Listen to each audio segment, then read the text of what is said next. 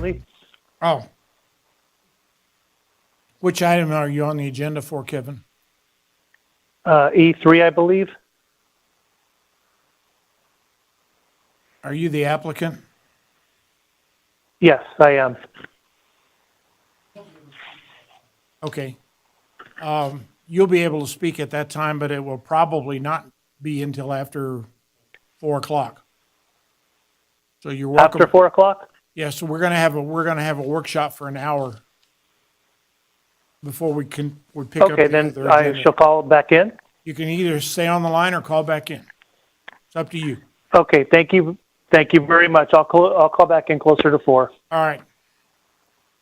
Thank you. You're welcome. Are there any other callers?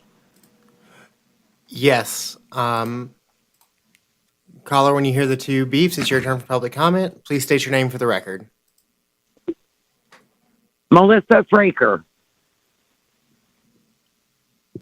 Good afternoon, ma'am. Can we help you?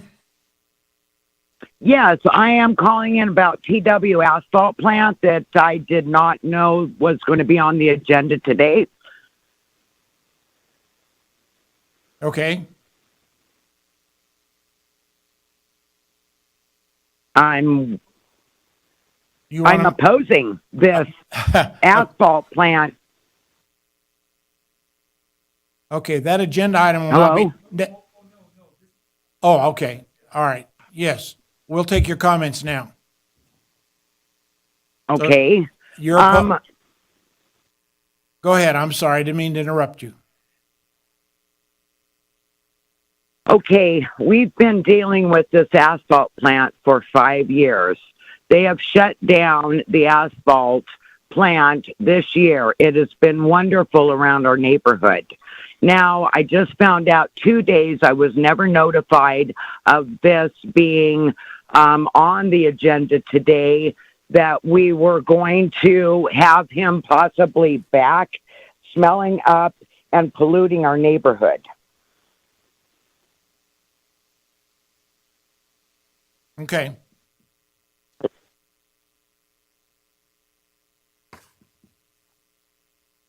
So I'm wondering what is going on with this. Has there been any difference in his operation?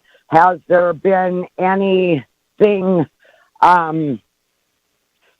new that will allow him to operate this?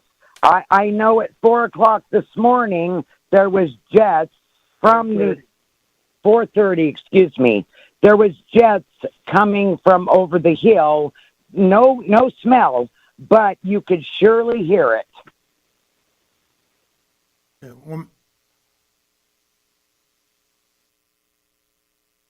So I want to know what is allowing him to operate again. Melissa. With no notification. Melissa. With no notification. Melissa, Yes. It's Hope, the planning manager, Hope Sullivan. Hi, Hope. Hi, Melissa. Yes. Hello, Hi. Hope. Okay, the commission is listening to your comments. They can't engage in conversation. They're going to be having a hearing later in the meeting. So this is your opportunity to provide them with comments. And when you concluded your comments, they'll take the next person's comments. But they will be discussing this no earlier than 5 p.m. this evening, okay? And then if you want to call me in the morning or tomorrow, we can talk about things. But at 5, not before 5, they will deliberate. This is the opportunity for you to make comment. Okay? Thanks, Melissa. Yes.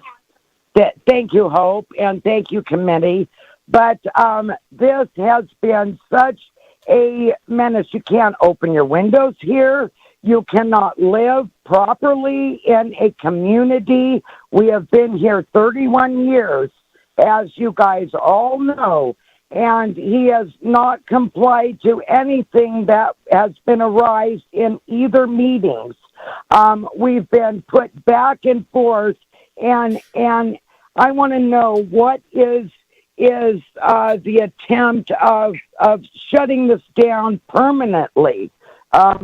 Because I see no difference in his project over there than I have seen when all this fines and stuff has been around our neighborhood. And I have one more. My husband is going to. No. Okay. You need to stop. All right. Well, thank you so very much. And I hope you can help us in our neighborhood. You have a wonderful rest of your meeting, and I will talk to you tomorrow, Hope.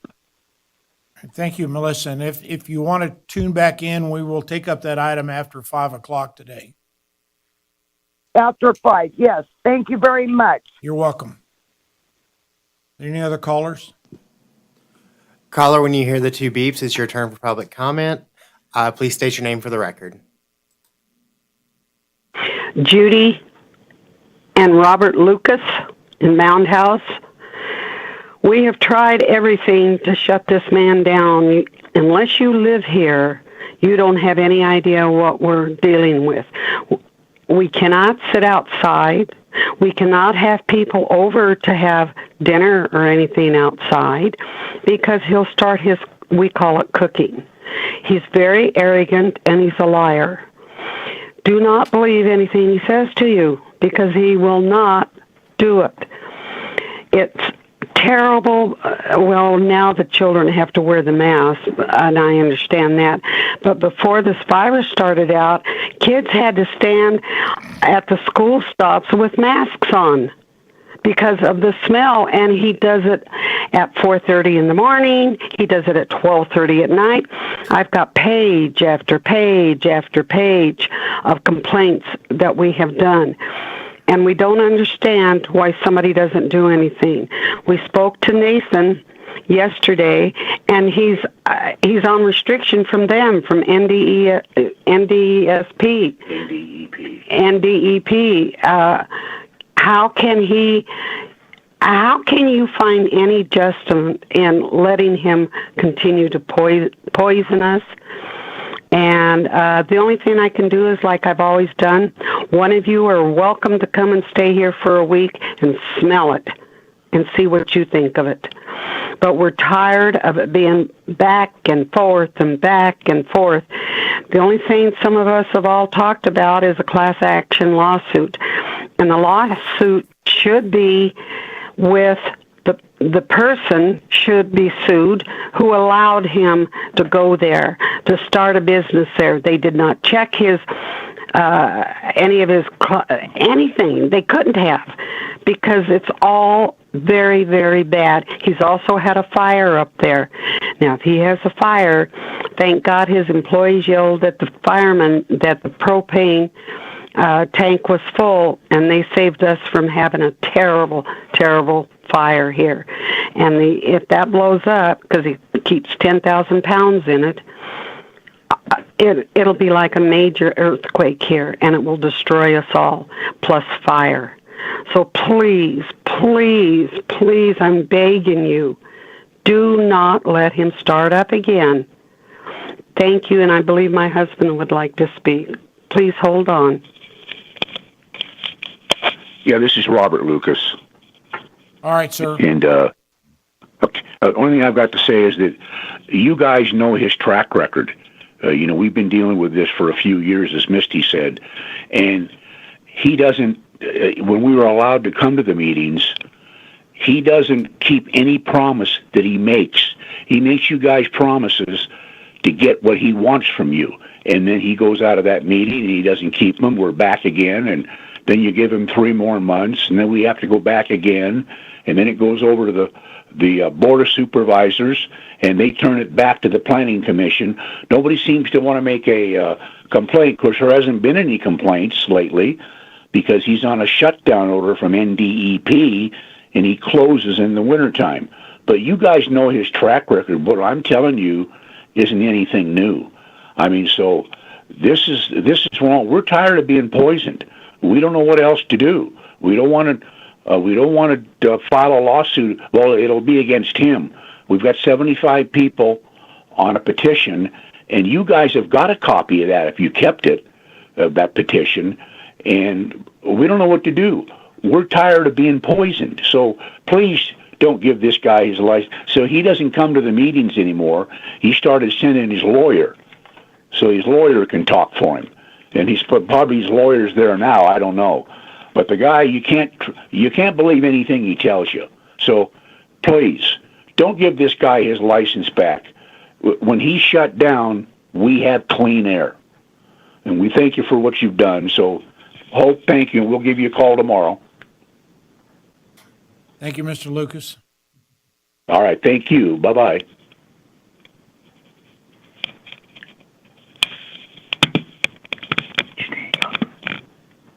Hang up. Well, I don't see if there's anybody else. Looks like, do we have any other callers? Looks like we have one more. Okay. No more public comment at this time, Mr. Chair. All right, thank you. I would like to also note for the record that we did receive an email public comment from Maxine Neitz, and that'll be recognized. Everybody has a copy of it, has had a chance to read it, so thank you for that. Possible action, approval of the minutes of December 15th, 2020. Are there any additions or corrections to the minutes? Is there a motion for approval? Motion to approve the minutes of the last meeting. Is that by Commissioner Perry? Who seconds? Commissioner Aswan. Any further discussion? All in favor say aye. Aye. Opposed, no. Motion carries. Okay, modification of the agenda. Items on the agenda may be taken out of order. The public body may combine two or more agenda items for consolidation, and the public body may remove an item from the agenda and delay discussion relative to an item on the agenda at any time. Mr. Plum, I understand we have some modifications today. Yeah, thank you, Lee Plumel, Community Development Director. I just want, we're basically going to take the items on the agenda in order, but I do want to, for kind of meeting management purposes, make you aware of how kind of this is going to operate. The first item on the agenda is our discussion, workshop type of discussion on Title 18. We plan on having that until about 4 o'clock, when actually I have a commitment. I need to step out of the room at that time. So we're going to take that item, the first item, until about 4 o'clock. After that, we have E2 and E3 will take up those items. And the fourth item on the agenda is not before 5 o'clock. So it's likely you'll get through these items before 5 o'clock, at which time you can take a recess. And I think that'll be a good time to take a recess, because you all have late material in front of you from the representatives of Tahoe Western Asphalt. It's a response to the staff report and the regarding the show cause and the findings and allegations in that. So make sure, and in any case, I think it would be appropriate before 5 o'clock to take enough of a recess so everybody has time to read their response, and they will also be on the line to address this issue. So that's how we're going to go through the agenda today. Thank you. Okay. All right. Discussion and possible action regarding possible amendments to the Carson City Municipal Code, Title 18 zoning, Sections 18.05.055, accessory structures, and Title 18 Appendix Development Standards, Division 4 signs. Mr. Plumel. Okay, thank you. Now it's 45 minutes till 4 o'clock, so it's not even an hour we'll have to get through this.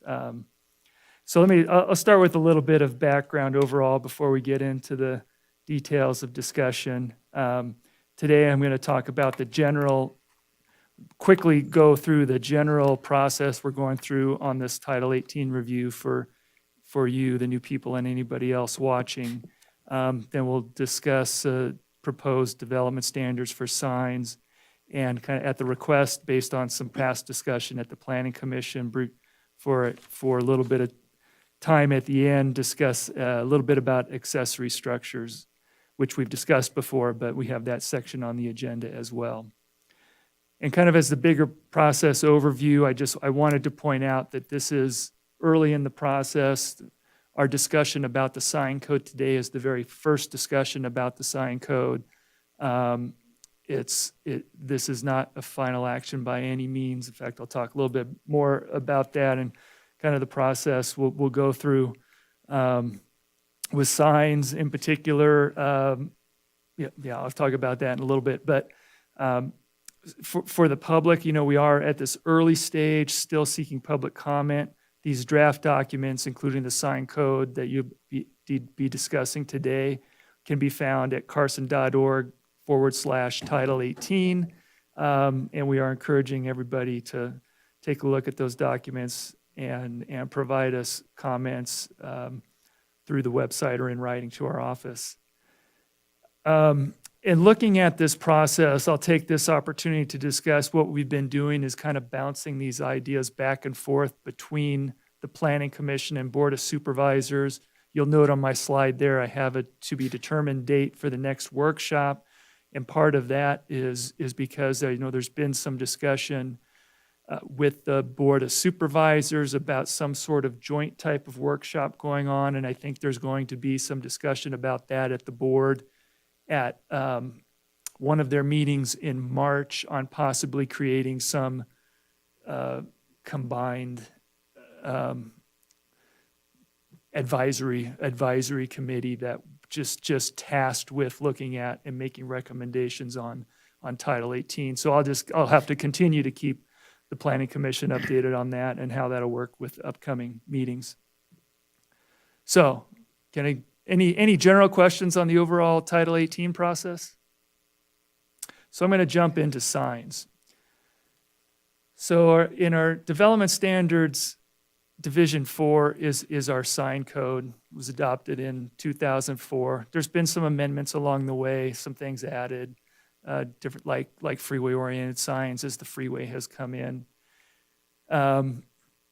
There's also recently been a lot of litigation and court cases all the way to the Supreme Court on free speech issues as they relate to the sign code.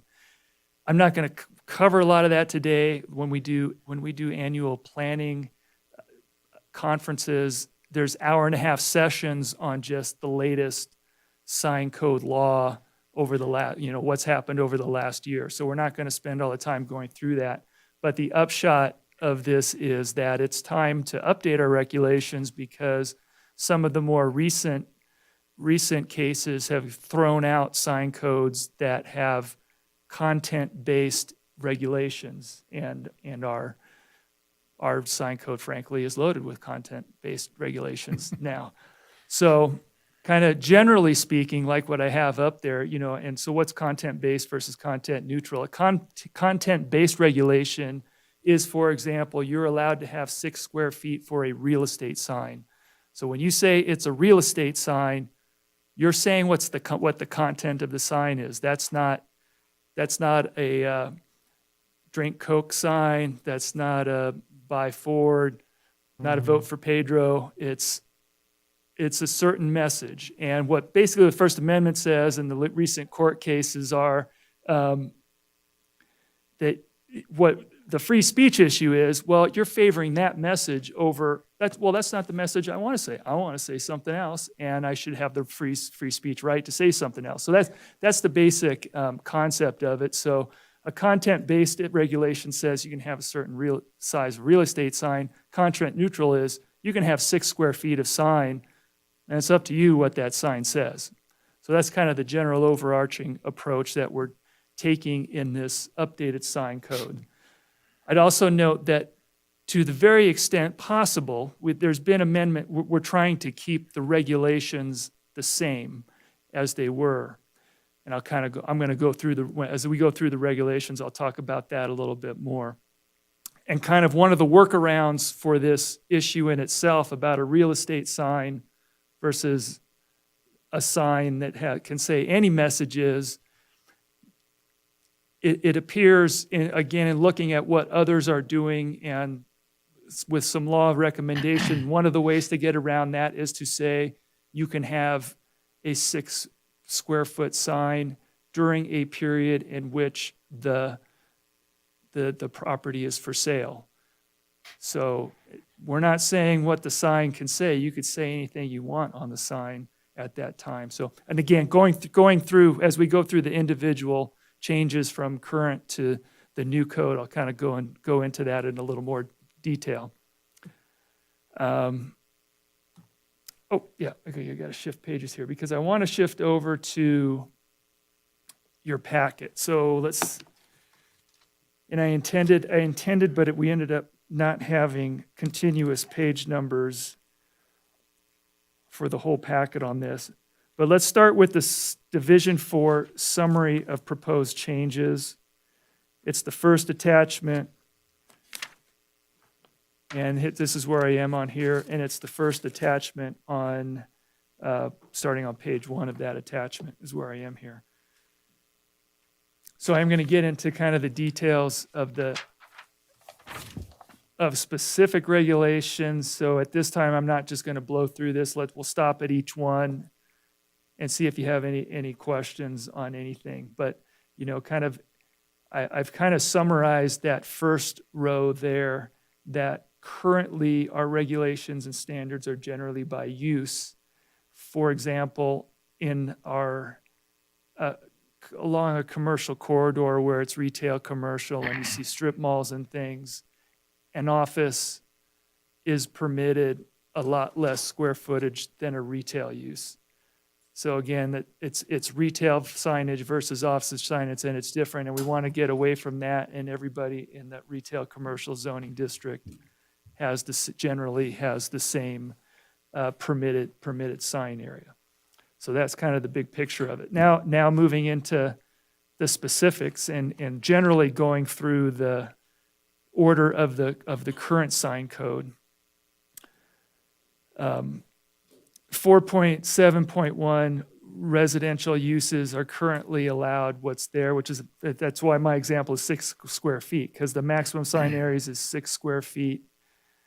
And there's some other regulations regarding that. And the proposed regulation is based on not for residential uses, but changed to residential zoning districts. And then the maximum sign area that is permitted is based on the square footage of the parcel being 6 square feet for parcels less than 5 acres and 32 square feet for parcels over 5 acres. And the reason for that larger side is that coincides with other current regulations, particularly real estate signs, that on larger properties you have larger for sale signs and generally some other similar signs in there, but that's the purpose of that larger sign. Any questions, comments on that? We'll stop there. I see. I have a question about your lighting Okay, on the residential. right. The indirect is just the backwards lighting of a sign, and the other is indirect, which means the indirect lighting is defined in the definitions. Illumination only is not. And I just question, do we have any illuminated signs in residential districts? I can see in 472 for multi-unit developments where you'd have a sign of some sort that could be illuminated. But why in single-family residential uses, if we're just basically trying to talk about a real estate sign or a sign that could be potentially used as a real estate sign, having all the lighting restrictions or things that are on it? Well, is your question why have restrictions or I mean, why allow it? have it at all? So the indirect lighting, I think that, I think that definition should be clarified because I don't believe that currently, because that's a current definition. But it's not in. And I think it's not intended- in our definitions in here. It's in the draft, it's in the sign code, indirect lighting defined. No, indirect only is, but illumination only isn't. Illumination is indirect. Indirect illumination. So it only permits indirect illumination, which Okay. would be exterior lights shining onto the sign and shielded, not Okay. internal illumination All right. or the sign is actually lights itself, which I intended to point out. So kind of, if you look at, I'm going through here, the comparison sheet, and also attached after that is the actual code. And I think this comparison sheet is a good way to go through this, and I'll refer to kind of the sign code later, and we can go through that. But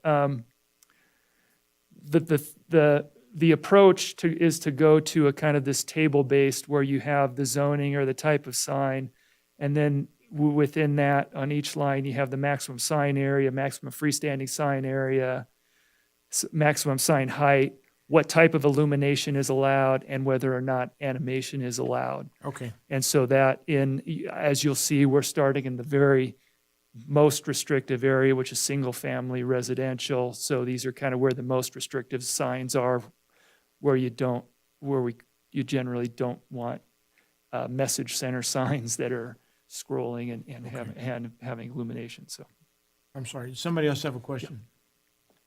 I can get my Senate, mic to go work. ahead. Thank you, Chair. I just wanted to confirm or ask if an example of in the current code, the identification sign, is that like an address? Like 1, 2, 3, 4, or is that a different type of signage?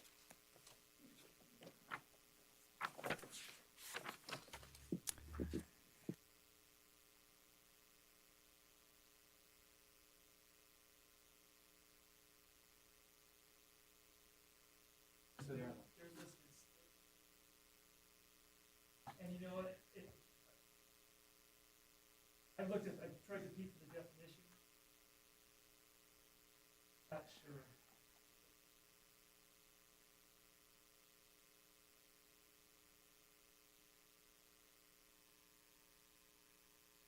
Okay, so in the existing code, and I'm not sure if this is what you're referring to, under the exempt signs, there's identification nameplates or signs on apartment houses, rooming houses, and trailer parks, public telephones, or similar uses not exceeding 4 square feet in area.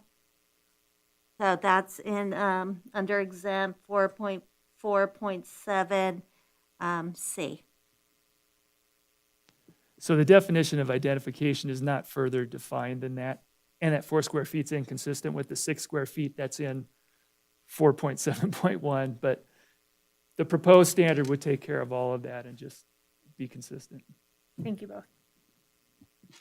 And then I should, and multifamily, just moving on to the next one, because multifamily, very similar issue with single family, except that the sign area would go to 32 square feet, which would allow for that's pretty typical monument sign or some sort of identification sign that an apartment complex would have, similar to what it currently is in like residential office too. That 32 square feet is a pretty standard sign size. Any questions on now single family or multifamily? Oh, got one.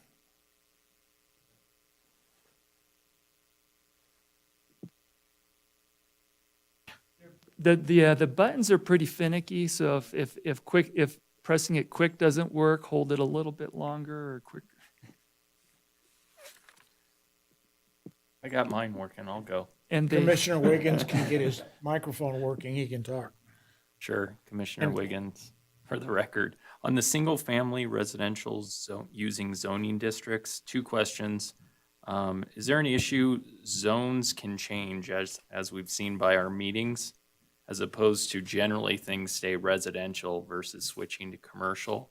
Do you foresee any issues with zones being changed and then the signage going astray?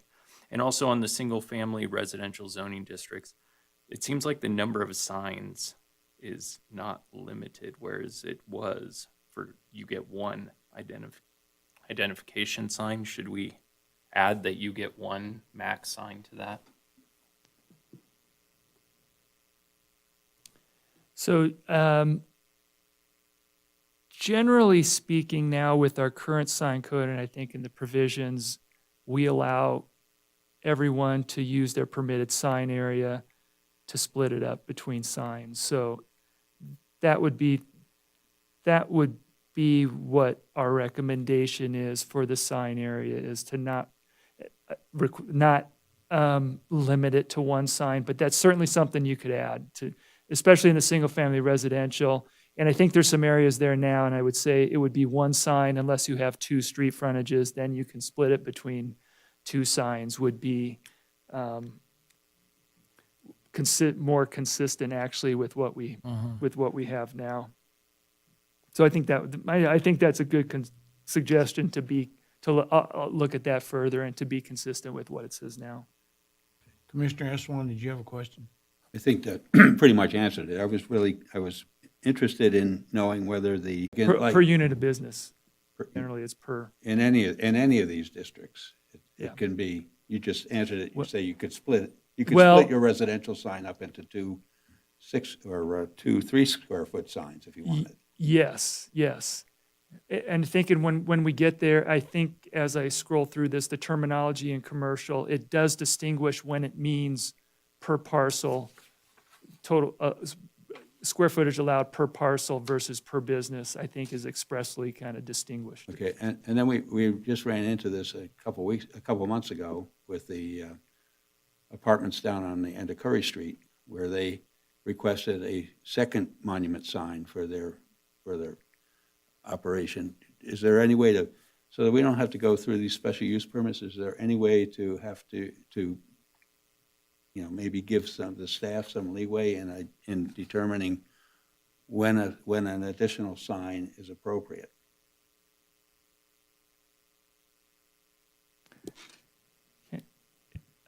That seems to be consistent with Commissioner Wiggins' comment about the secondary one sign unless it's on two street frontages and But you still got the limitation on the total area of the sign. yeah, right. So, yeah, that's something I'll explore in a little more detail for next review. Now, if I can turn my microphone. I turned you off. Yes, everybody, please use your raise the hand feature. I've got my screen up if you want to talk, so I'll be sure and see you. Commissioner Eswine, you raised your hand again? Oh, I'm sorry. All right. Proceed, sir. Okay, now we're moving into, Wait. Oh, did you have a question? Wait, I have a question. Oh, all right, I'm sorry. Right. Commissioner there, Wiggins. Commissioner Wiggins, for the record.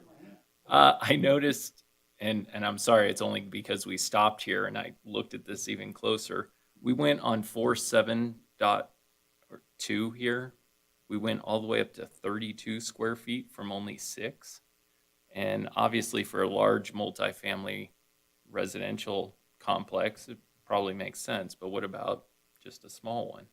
I would recommend adding the parcel size to this as well. And this maybe ties into, I'll just give my general theme on signage. I don't think large signs are as necessary anymore in our society. Everyone has GPS and knows where they're going generally. So making signs bigger and more prevalent, I don't really like that for our community. Now I'll be quiet for a while. Thank you. Page 2.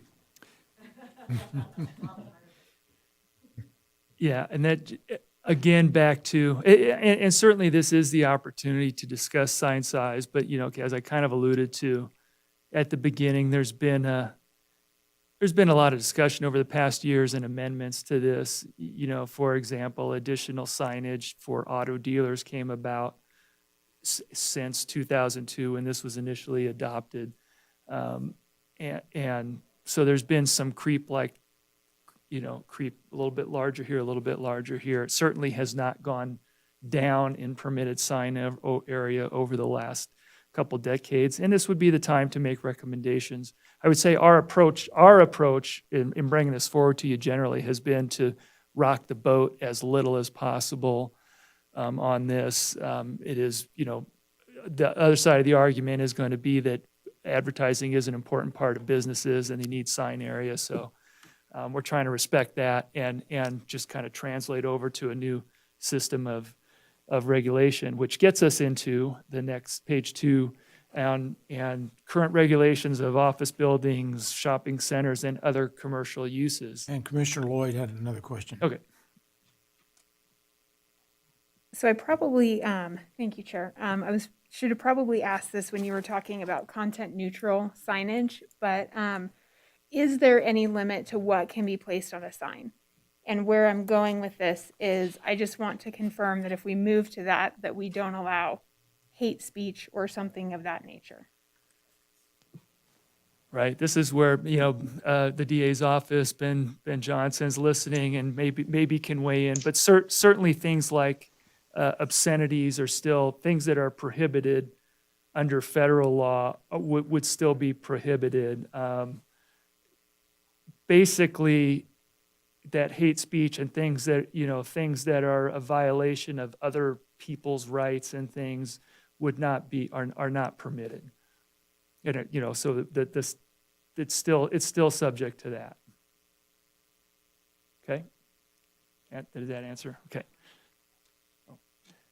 All right.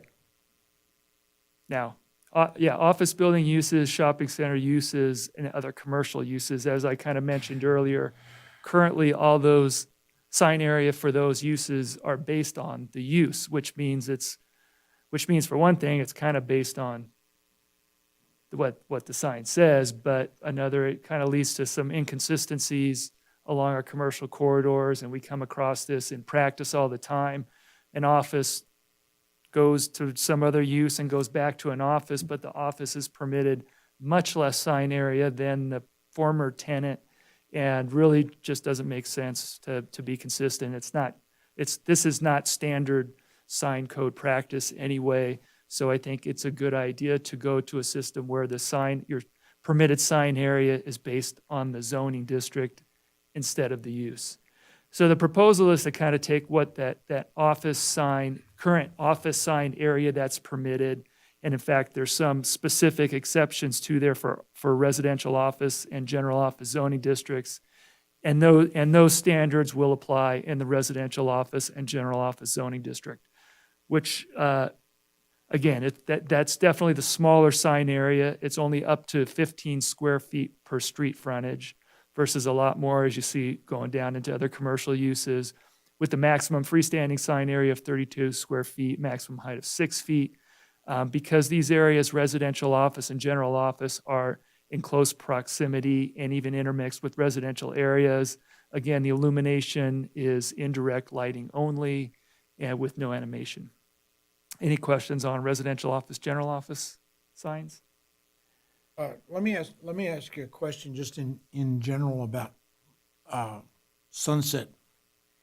We're gonna change the sign ordinance and make some significant changes, and most notably, I'm seeing on all these are animated signs, which we have in dentist's office and everywhere else all over town. Can we put some sort of a sunset provision in this new ordinance that says, they're grandfathered for 5 years or 3 years or whatever it is, and then after that time, so we don't have to wait for the business to go out of business before we get rid of the flashing signs? Is something like that possible? Yes, it is certainly possible to add a sunset provision, also known as an amortization provision for the phasing out of non-conforming signs and whatever specific element of the non-conforming size you're talking about. Except that I would say that we're probably, well, first of all, is your specific thing the animated signs? No, okay. But that just occurred to me by looking at this, but we're going to make some significant changes to a lot of signs, and a lot of people are going to be legal non-conforming for a while. Just the question is, how long are they legally non-conforming, or how long are we going to go along with, we have this new sign ordinance, but 10 years ago, all these signs were like they were, and that's why we can't change them. My take on it is that this sign code change in itself will not create a lot of non-conforming signs. again, trying to stick with to the existing permitted as much as possible. In fact, if anything, some of these offices that are in some districts, some commercial districts will then be allowed to have more signs, so they won't be non-conforming. And we already, in these residential office and general office, they're already limited to this smaller size. So like in that situation, as in the next one, shopping center uses, we're proposing to keep the same regulations. So I don't see this change creating a lot of non-conforming signs. I could say we have a lot of existing non-conforming signs, even to this code, because we have a lot of signs that were erected before 2002. Well, that's another reason to do the same thing. Because if we adopt a completely new sign ordinance that makes all of these things that were done before 92, 72, 08, whenever it was, they're going to have to conform. They're going to, within some time period. Within a reasonable time period. And and in particular, just to follow up on the comment on the flashing signs and animation, actually, we've recently, it's been within 2 or 3 years now, maybe probably more, a little bit more, but that we instituted regulations. They've been permitted, they're still permitted, and they're permitted now, and the regulation would be the same, but it's only recently that we've put some limitation on the movement and animation. And that's why I asked about that in particular, because we could say all animated message center signs have to come in, they may not have to tear down their 25-foot sign down to 20 feet, but they may have to bring their animation in compliance with the animation standards, for example. That could certainly be done in terms of, as you said, including a sunset clause. Okay. So we'll put a pin in that for today to think about that, but it's certainly something we could think about going forward as to what elements of this we want to bring all signs into conformance with, certainly. Commissioner Perry?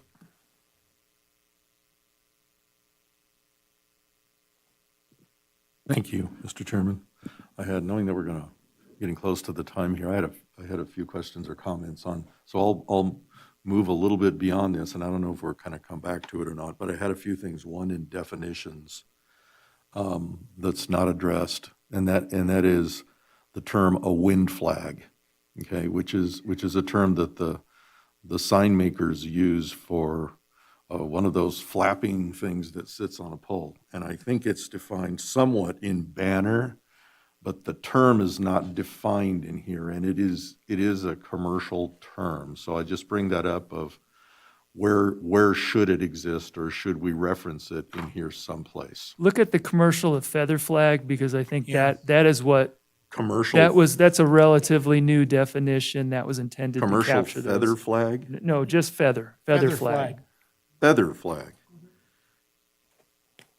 Vertically oriented banner of flexible material attached to a single pole, allowing the fabric to hang loose at one or two sides of the banner. Okay, so that's a wind flag. And then that term is used in the code.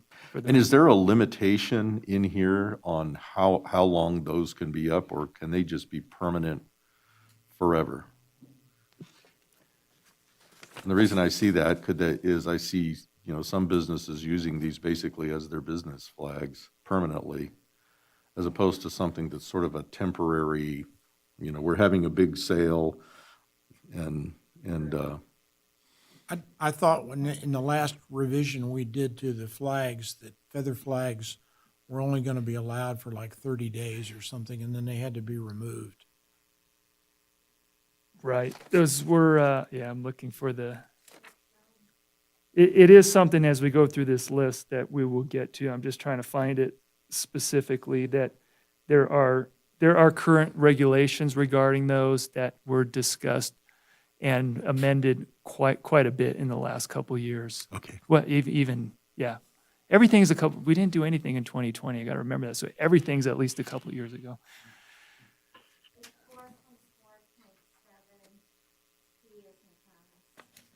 Changeable changeable promotional flags. What page is that? Well, in terms of the comparisons, our proposal is not to change that. We would have to, I'd have to find it in the code, but there are, whatever the current regulations are for those, our proposal is to keep them the same. And there are limits, and they shouldn't be lining the street. They have to be up against attached to the building.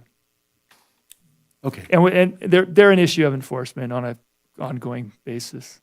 I guess that's another one of my questions is how often do we have complaints or have to investigate issues around signage? Is it real common or not common? Hope's bobbing her head yes, so I'm assuming it is common. Common, yeah. Okay. I mean, and I think, yes. And with an effort to periodically do some active enforcement so that it doesn't get to the point where it's out of hand. Because if those flag sort of things quickly become, oh, my neighbor has it, I'm going to get one. Oh, he has it, I'm going to get one. So we try to the extent we can, stay on top of it and let people know what the regulations are. Okay. Now my third question, and this really relates to the Supreme Court case and trying to understand in here if this is addressed. So, the Supreme Court case basically said during political season, right, you can put up flags and people can put up messages and pretty much anything else during that time. Well, political season's a third of our actual time now in reality in this country. So does that change? Let me, Teresa, I got to try and word this right. Is there still a restriction to put up message signs? Is there still an on-premise requirement? Let's say that, no, that someone can't put up a commercial sign at another business advertising their business during political season just because they can do it, according to this Supreme Court case. Am I making sense? I understand. I'm trying to think about how to approach it. Well, you skip from political signs there. So I plan to, when we get to political signs, that is a point where we're going to stop and discuss alternatives. Because currently, as you said, well, to answer your question first, yes, it's still an on-premise requirement for where you put your sign. You can't put one in the right-of-way. But I'm going to get into the discussion at this point of those. Yeah, if you want to take that up. But you're right in saying when sign area is permitted, you can advertise your neighbor's business on another property as long as you have the sign area permitted to do so. That is a basic tenet of the sign area. If you're allowing one commercial message, you have to allow any commercial message. And if you want to advertise your next door neighbor's business, you can do that. That's a kind of a basic premise of the Supreme Court decision. For First Amendment right to what you say what you want to say. Which has implications then when we also get into the billboards and our recommendations regarding those, and not wanting to get involved further with billboards. Because, as you're pointing out, any sign area is potentially a billboard. Commissioner S1.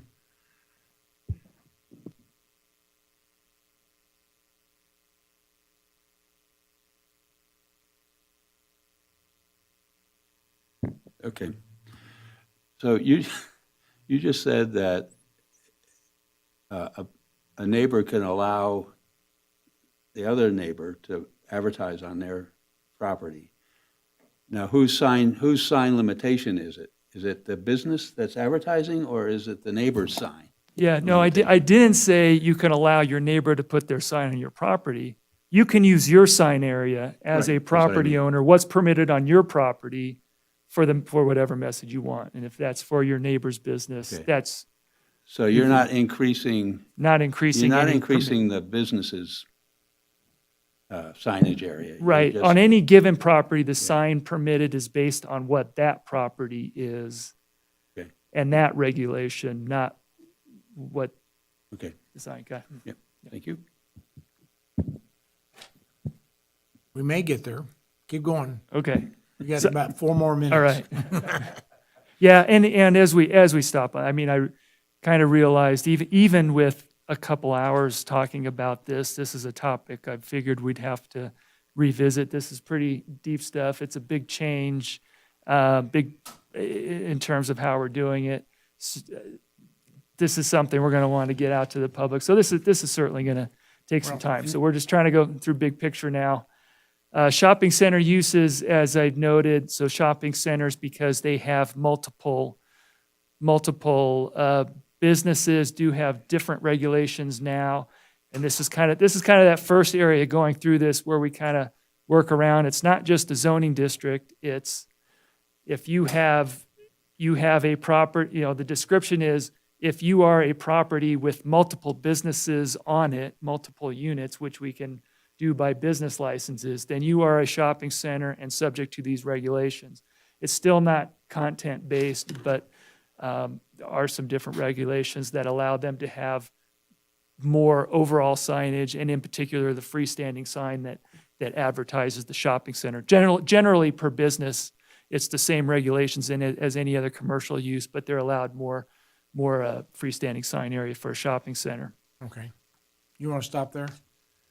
And well, why don't I, since we're on commercial use, we're fine. They said, let me go through.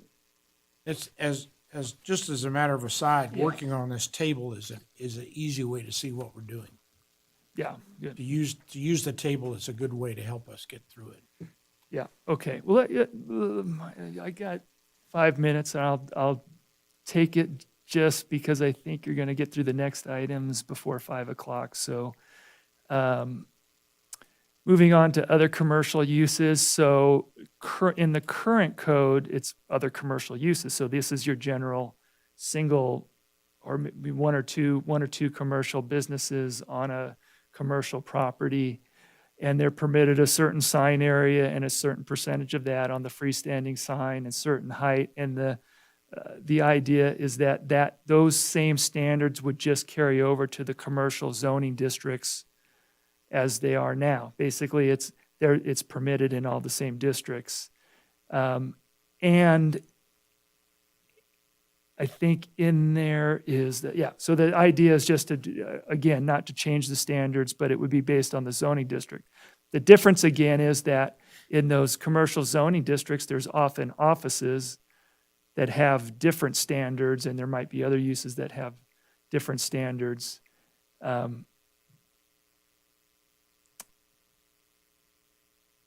And I would note the other commercial uses,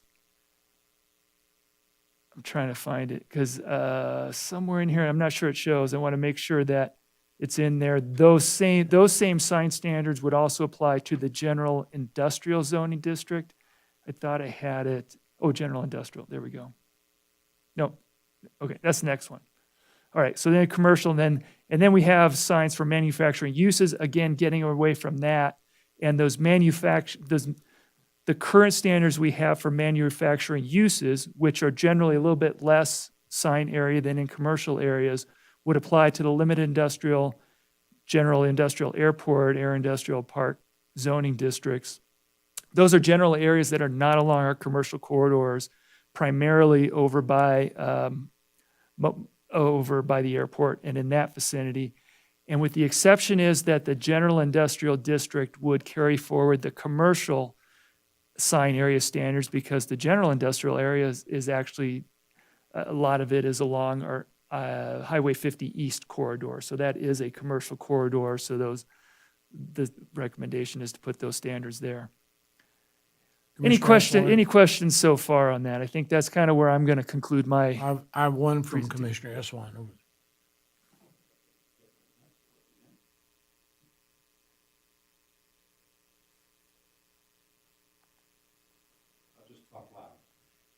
Well, for the recorder, she needs you. And they're all Commissioner wired. Preston, can you make your mic work? We'll start with you. I got it. Okay. Okay. Can you consider including the downtown mixed-use zoning district in the same category as the neighborhood business in terms of the signage limitation? I just think that if we're trying to create an enticing downtown, that maybe signs would have an impact on that. Any other, so the proposal with the neighborhood business, the difference being that the total sign area is a little bit more limited, down to 300 square feet, but consistent with commercial, and that sign animation is prohibited. So those are the only Right. differences, right? Right. Any other thoughts by commissioners regarding that? That's probably a good call.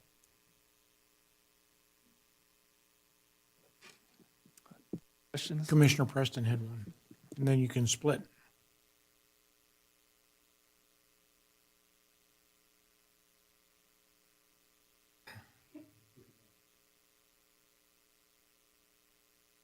Okay. My question again, and I have a hard time hearing you, and I don't know if you were talking about the animated signs? Commissioner Swan? Yes, go ahead. Okay. Yeah, because my question for the animated signs is in the general industrial zoning district next to the airport, I was wondering I didn't think they allowed animated signs. There is some general industrial near the airport, but that's mostly not. There might be some general industrial in the vicinity, but that's mostly the airport industrial and limited industrial and other general industrial airports. So those lower ones are generally permitted there. And actually, you're right. There's currently no animation restricted in those areas, and they generally don't use it, other than they would have to, if they're in that close a vicinity to the airport, they'd have to comply with FAA requirements. But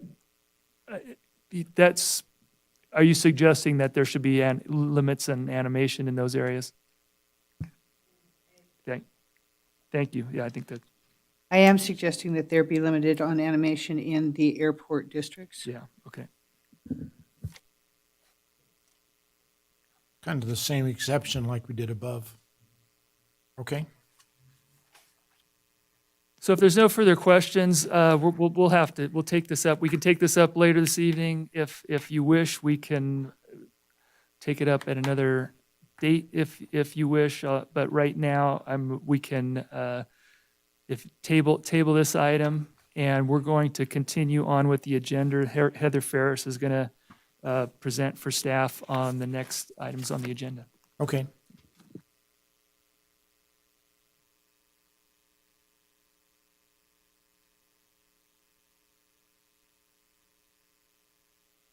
Mr. Chairman?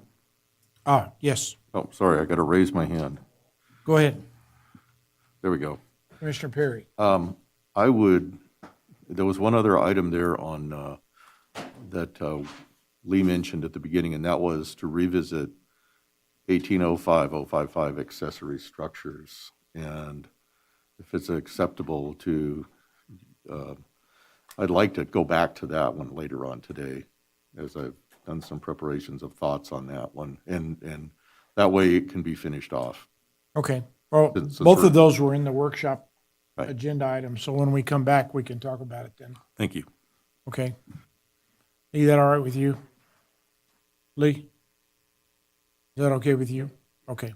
All right. Hurry up, you're late.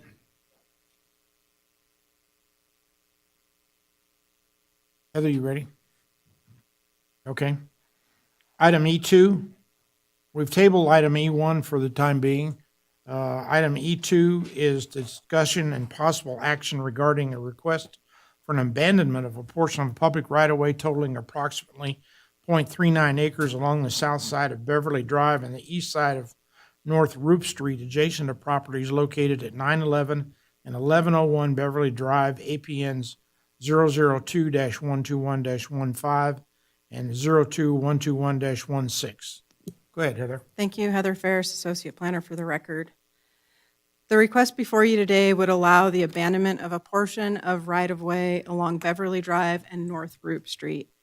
The portion to be abandoned is approximately .39 acres in size and measures 13 feet wide by 1,328.6 feet long in front of the Senior Center and Autumn Village Apartments, and continues along the North Roop frontage of the Senior Center parcel. The area to be abandoned is the area behind the existing sidewalks and has been improved by the adjacent landowners with landscaping. The portion of the right-of-way to be abandoned would be reverted back to the adjacent parcels. Staff is also concurrently processing a parcel map associated with this parcel, and the abandonment is conditioned on the concurrent recordation of the parcel map to ensure the appropriate public utility easements will be established and retained along the frontage. The Planning Commission reviews the abandonment and makes recommendation to the board. The board has the authority to approve the abandonment. When considering an abandonment, the Planning Commission and board must make all 7 findings in the affirmative. Staff was able to make all findings and is recommending approval subject to 4 conditions also included in your staff report. Robert Nellis and Randy Rice with Public Works are here representing the applicant and may wish to address the Planning Commission, and I'm available for questions. Okay. There are questions for staff before we start? The right-of-way what we're talking about is behind the sidewalk, correct? Correct. So we have the curb and the sidewalk, and then there's 13 feet. Yes. Okay. All right. Is the applicant? The 4 conditions for recommending of approval?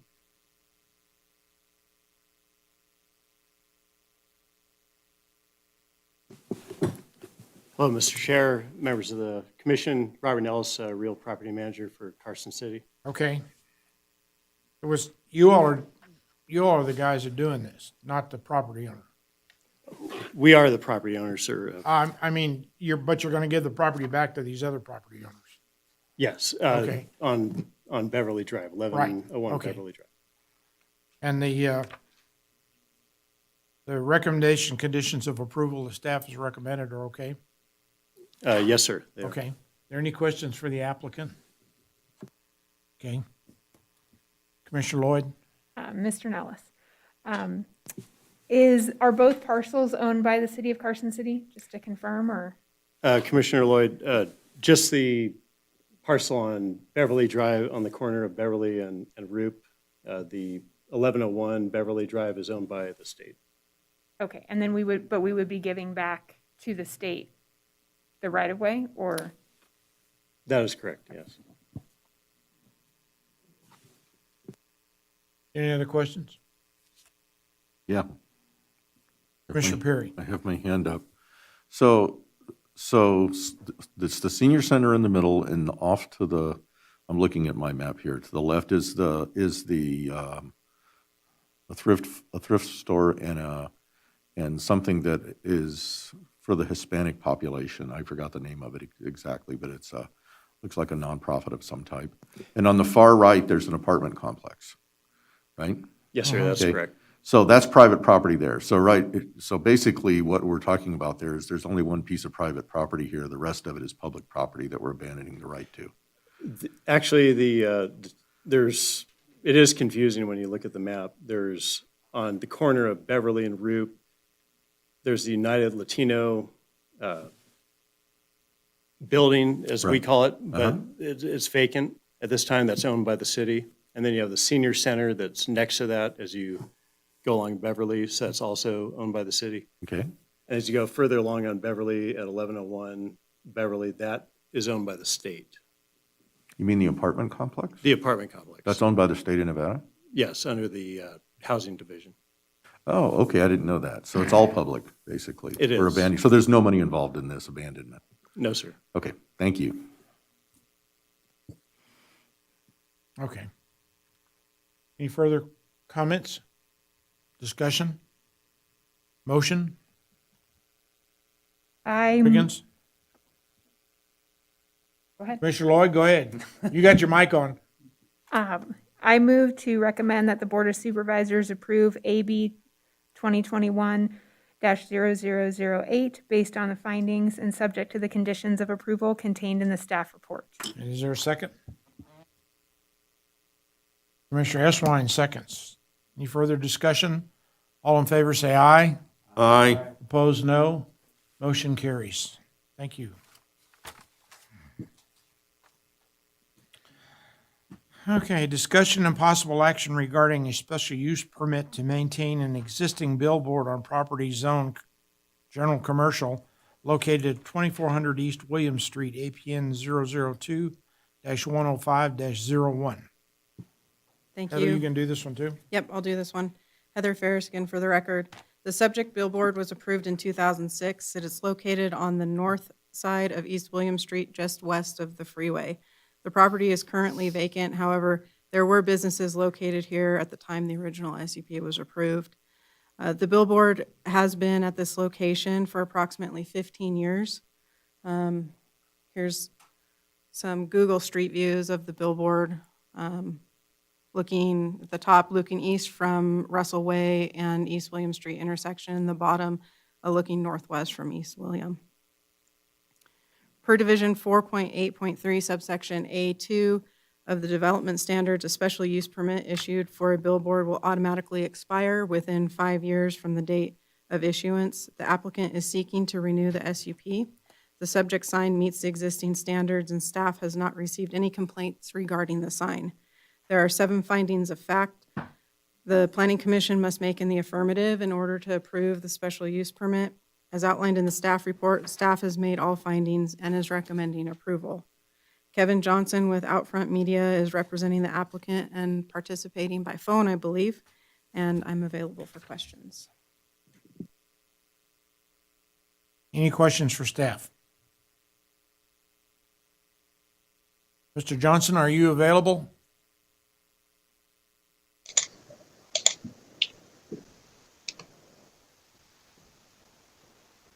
Are you talking to me, Mr. Chair? Ben Johnson, Deputy No, District Attorney? Kevin Johnson. I'm sorry, Ben. Apologies. This is Kevin Johnson with Outfront Media. Hello, Mr. Johnson. Are you familiar with the conditions of approval on this? The 6 conditions of approval? Yes, I am. Are they acceptable to you? Yes, I am. Or do you have any other Yes, comments? they are. Do you have any other comments you'd like to make? No, I do not at this time, but I'm open to questions if there are any. Okay. Commissioner Perry, you had your hand up. I don't know if it's for the applicant or for the staff. It actually was for staff. So on page 3 here on the discussion, I just had a question here. The subject parcel is located on the north side of Highway 50 East. The primary business on the site is automobile sales and repairs. The only thing I see on the site is a sign. Am I missing something? As I indicated, it's vacant at the time, and I believe this is included in error. At the time that it was originally approved, there were several businesses on site. That was before the freeway went through. Okay. So a lot's changed in that area in the last 15 years. Okay, thank you. Okay. Any further discussion? Commissioner Lloyd? Thank you, Chair. There is a reference also in this to mobile home 6,000 zoning. Was that also removed when the freeway went through?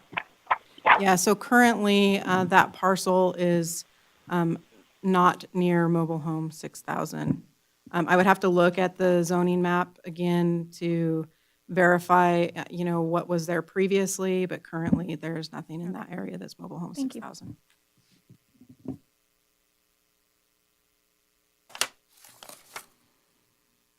Any other discussion? Motion? Mr. Chairman, I move to approve LU 2021-0022 based on the findings and subject to the conditions of approval contained in the staff report. Thank you, Mr. Perry. Mr. Wiggins was playing with his toys over here, trying to do it electronically. But so he'll second your motion. Is there any further discussion? All in favor say aye. Aye. All opposed, no. Motion carries. Thank you. Heather, you Thank you, might, commissioners and staff. Mr. Johnson, is that you? Yes, sir. All Yes. right, you're welcome. Thank you. Bye-bye. All right. Heather, you might make a note if we talked about this being what it's zoned, and if it's zoned, RV 6,000 or whatever, it might be a zoning map amendment consideration we do at the end of the year. And just put it on the list of things we want to do.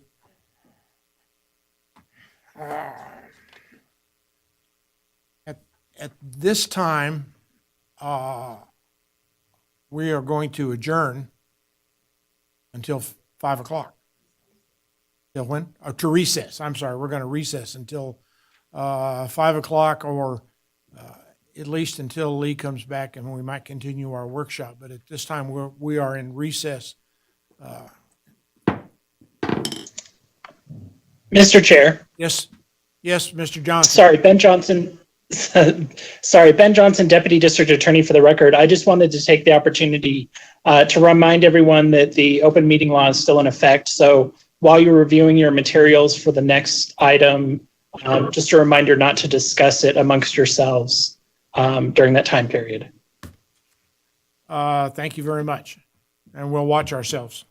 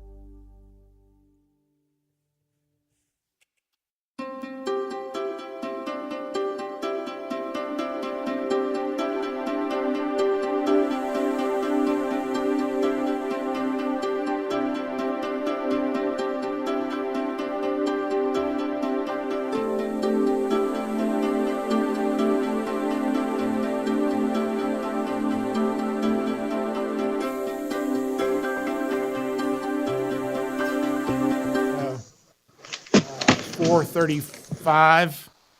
I'd also like to make a note for the record that at 3:25, Commissioner Preston did make it to the meeting and has been here and been voting, but I just wanted to recognize that she was here at 3:25.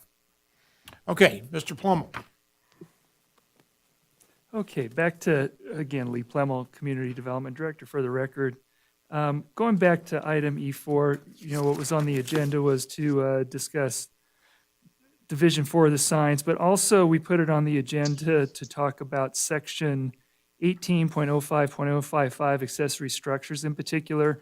That's kind of based on some comments and actually some recent special use permit review by the Planning Commission. So this is a section we talked about before, but at your request, kind of put it back on the agenda to discuss a little bit more. So I think if we can probably knock this discussion regarding this section out and come back to signs later this evening or at a future meeting.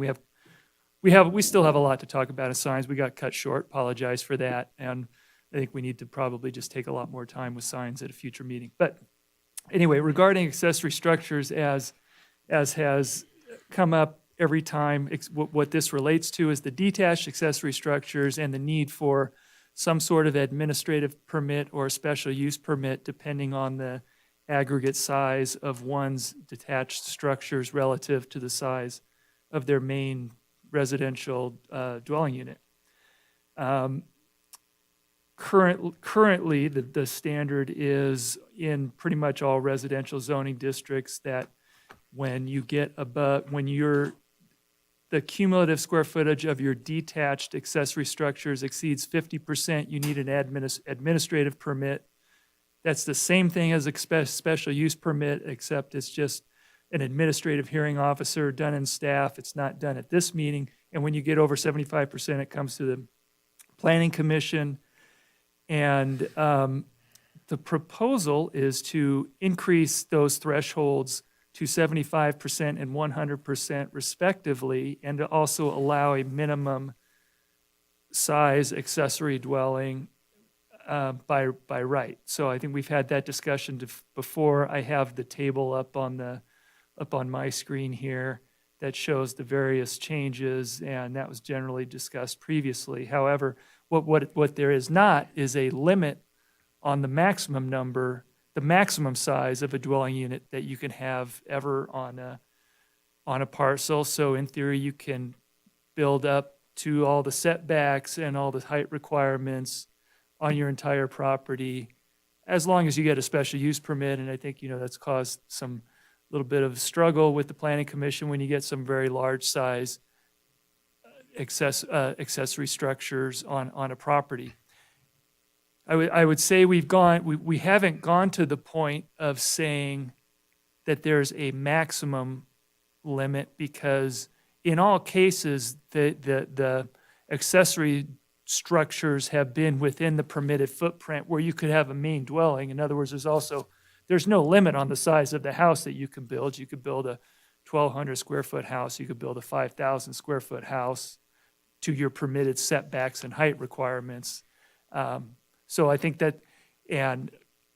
purpose of the special use permit is to, on an individual basis, review kind of those impacts that it might have to adjacent properties. But I appreciate the discussion that there's not some really set criteria, so that's the purpose of this come up. I know some commissioners have comments on this, so I'll just kind of, with that background, let you have some discussion and give direction on that. Okay. Mr. Perry? Okay, there, I raised my hand. Thank you, Mr. Chairman, because this, and I've jotted down some notes after putting some thoughts into this, and I appreciate all the work that's gone into this by staff, and for Mr. Plemmel's kind of covering what the rules are right now and what we've proposed. But I go back to, just the last year here since I've been on this commission, we've had 4 of these that I can remember, with comments and opposition by neighbors on at least 3 of them. And the comments that I recall were, the size is too large. It's inconsistent industrial sized buildings in residential neighborhoods. Loss of view due to height. Other large structures in neighborhood being finished as permissive accessory uses after they're built. And those are the ones that I remember. And that's why I got a little red flag in my head on this one, thinking, okay, these are getting bigger and bigger.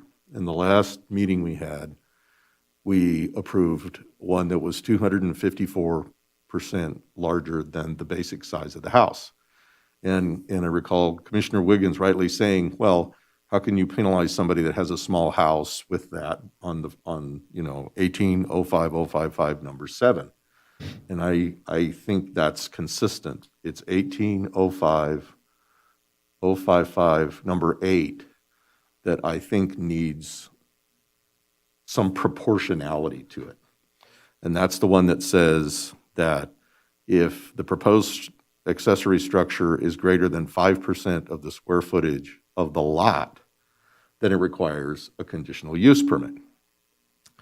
So, some of me kind of looks back and says, all right, how fair is that? Most conditional use permits are based on things like, what you need a CUP for in a zoning district to build a church or some facility in a residential zoning district. But here's one that's a conditional use permit that basically says, if you don't like the 5% limit, which is in there for a reason, for $2,450, you can go to the city and go to the planning commission and try to get around it, right? That's a perception, I guess, that I have of this. And the 5% limit to me, probably kind of rotates around, okay, what's reasonable on a lot with respect to, drainage and landscaping and the consistency with the neighborhood and all of those things that are actually defined in 1805. Well, I lost my notes here, but they're defined on what are the reasons for a conditional use permit. I think it's 1805-02. So I would propose here, this is my thoughts for chewing over, that 1805-055 be changed to read, accessory structures shall not exceed 5% of the parcel size on parcels 21,000 square feet or larger, period. Scratching out, comma, unless approved prior to issuance of a building permit by special use permit. So why? In other words, leave the 5% limit in there as the maximum. If somebody wants something bigger than that, it's not allowed even under a conditional use permit. The 5% parcel rule is there for a reason. It's drainage, landscaping, compatibility with surrounding properties, all of which are listed in definitions of what constitutes a special use permit in 1802-080. Most of the special use permits in our zoning code are for uses within zoning districts, as I mentioned, such as the building for schools, churches, municipal wells within a zoning district that does not specifically allow them, and those are good reasons to have it there. The 5% cap is a reasonable proportionality for an accessory structure on a lot of 21,000 square feet or more. And that's what number 8 says. This only applies to 21,000. It doesn't apply to agricultural buildings or anything. That's exempt from this. So if you had that, a 21,000, which is roughly half an acre lot, would allow for a 1,050 square foot accessory structure. A 1 acre lot would allow for a 2,178 square foot accessory structure. And a 5 acre lot would allow for somewhere around 11,000. So it would put a proportionality to this so that we don't see, I want to build a 6,000 square foot accessory structure on my 1 acre lot, which consumes, 10 or 15% of the lot to it. And I think that's what I'm hearing from maybe some of the comments in the past. So I'll leave it at that after putting some thought into it and I hope, there's some discussion on it because it is a change and it would kind of do some limitation, but it does still allow people to build it. I have nothing against accessory structures. I think it's great to have RVs and toys inside of them. But when they get to the point to where they're 10% of the lot, like the last one that we approved, yeah, I just think we're going to have continued problem with residents saying, what are you doing allowing these things in my neighborhood? Thank you. Commissioner Lloyd? Thank you, Chair. I don't disagree with what Commissioner Perry was saying. I did want to note that, like, in residential areas, like my home, my lot is like 9,000 something square feet, but my original home is 900 square feet. And so to add a 2 or 3 car garage, space permitting, that wasn't attached, you wouldn't be able to do that because that would be over that square footage.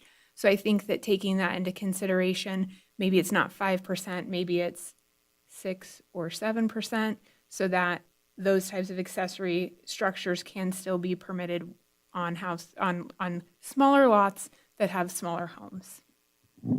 If I could address that. So 1805055, number 8, says that only for lots 21,000 square foot or larger, so it wouldn't apply to your lot at all. Sorry about that. You are correct. I read that wrong.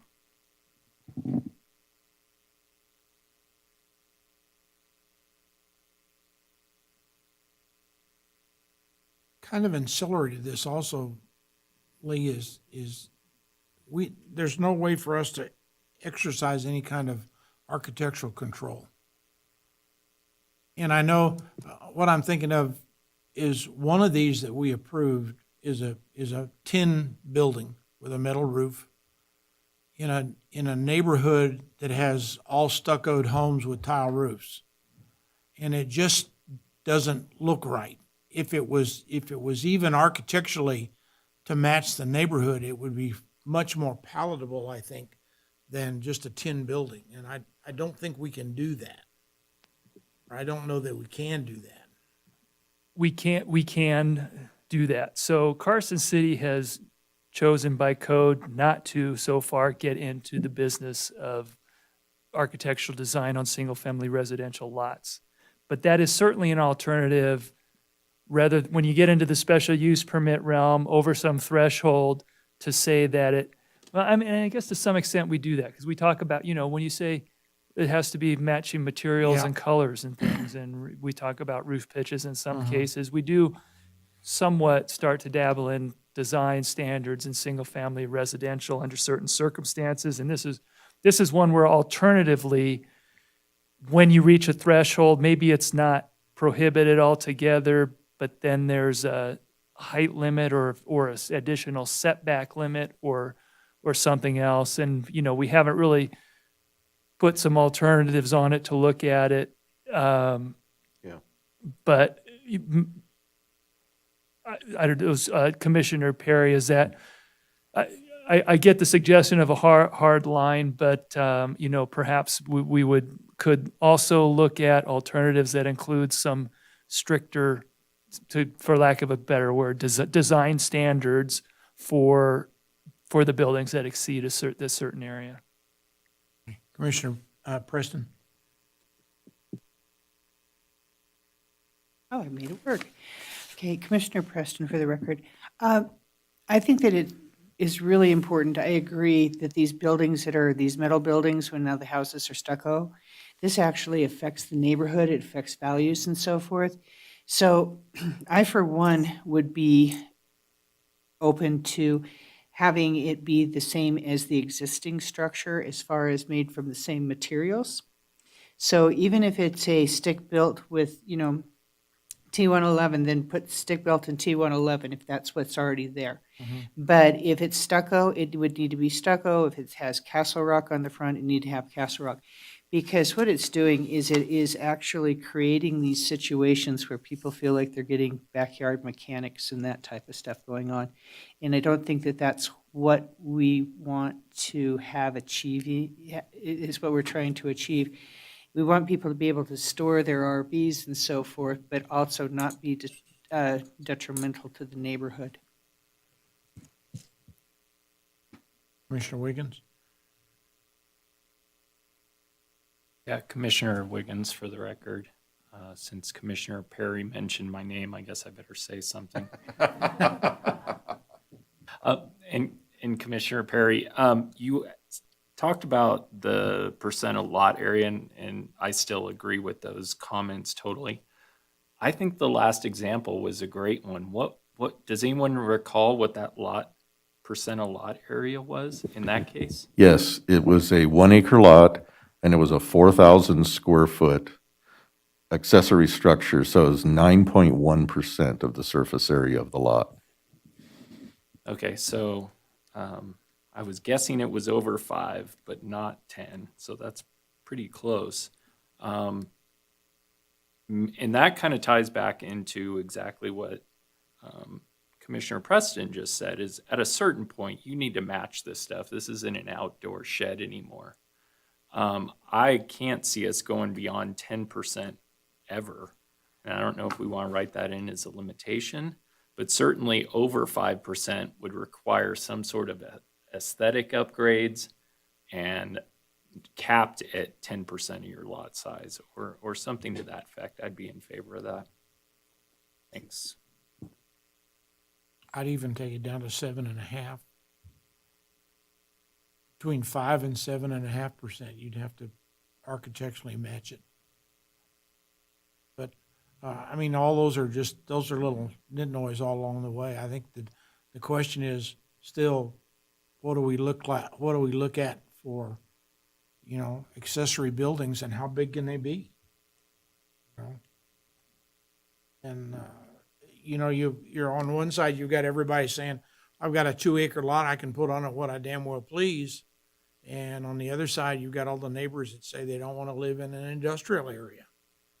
And if somebody's got 4,000 square foot barns full of old cars, it definitely affects the value of the neighborhood. So I think we're still struggling with this, Lee. And I'll throw another thing out there too. They're permitted to have horses, and Yeah. Horses like cover sometimes too. So and it's aggregate. So there's definitely some of the properties that have a number of horses that have multiple, either one large long covered structure for horses or that too. So you have that element of actual use going on in Carson City. Now those don't have to be 24-foot high structures to cover a horse. And again, maybe looking at some height restrictions above a certain percentage of area might be another way to address it. So we can come back with some options regarding that, I think. Okay. Seeing kind of general consensus, at least to explore some other options for. Commissioner S1.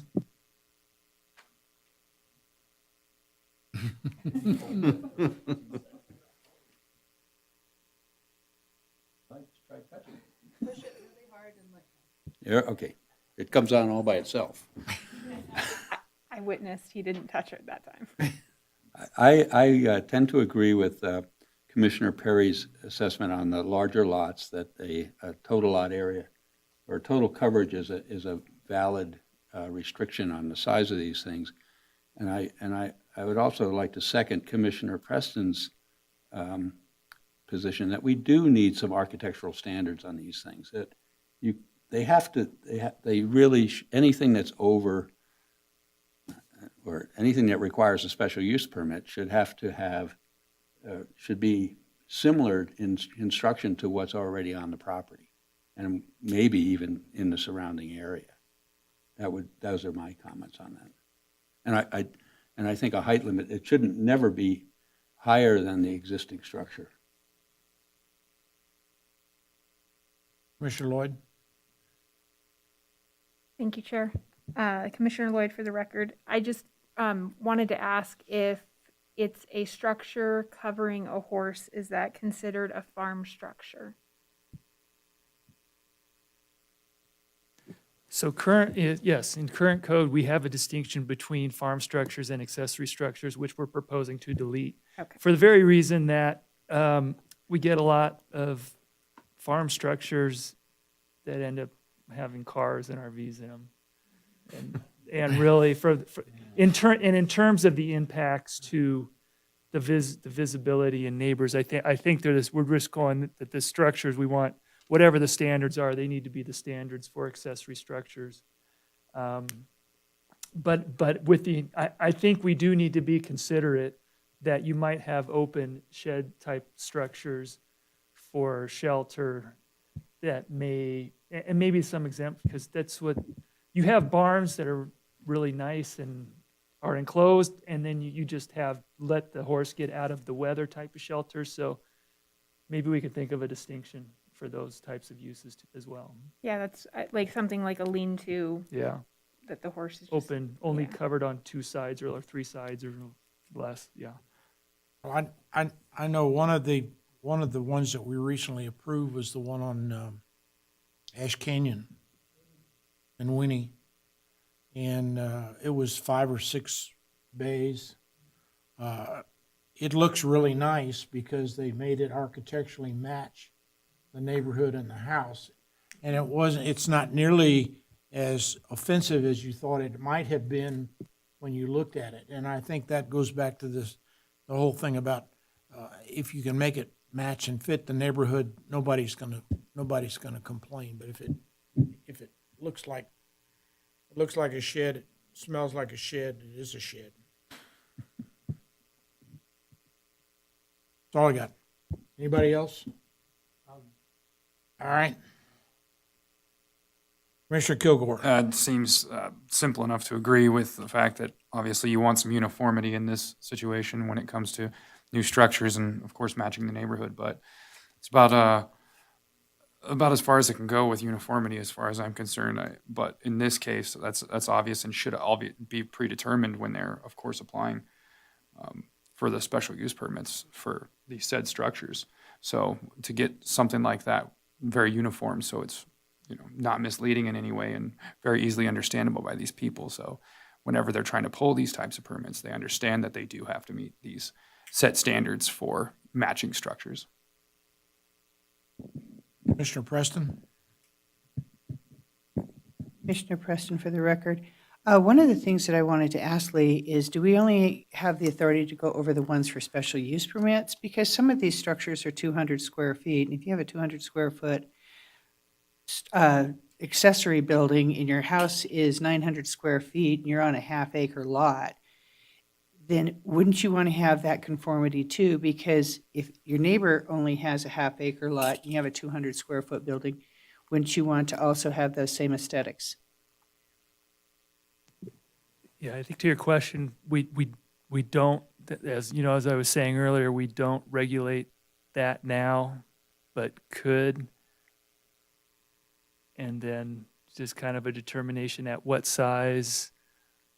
Is it the 1-horse lean-to or the 2-car garage or the 3-car garage?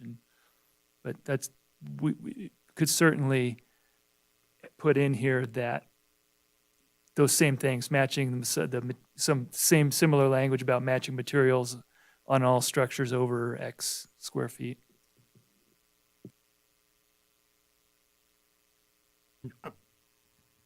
Commissioner Wiggins. On that same discussion, we need to be careful with putting too much onus on people to not have some of these structures, because if you don't have a structure, it's going to go in your yard or in your garage. Most people are going to store their stuff in their garage and park their cars outside. So I just want to make sure it's only at a certain point we're really putting costs into these accessory structures. Heck, they're going to spend thousands and thousands on this, but as opposed to the smaller guy who wants to buy something at Home Depot, have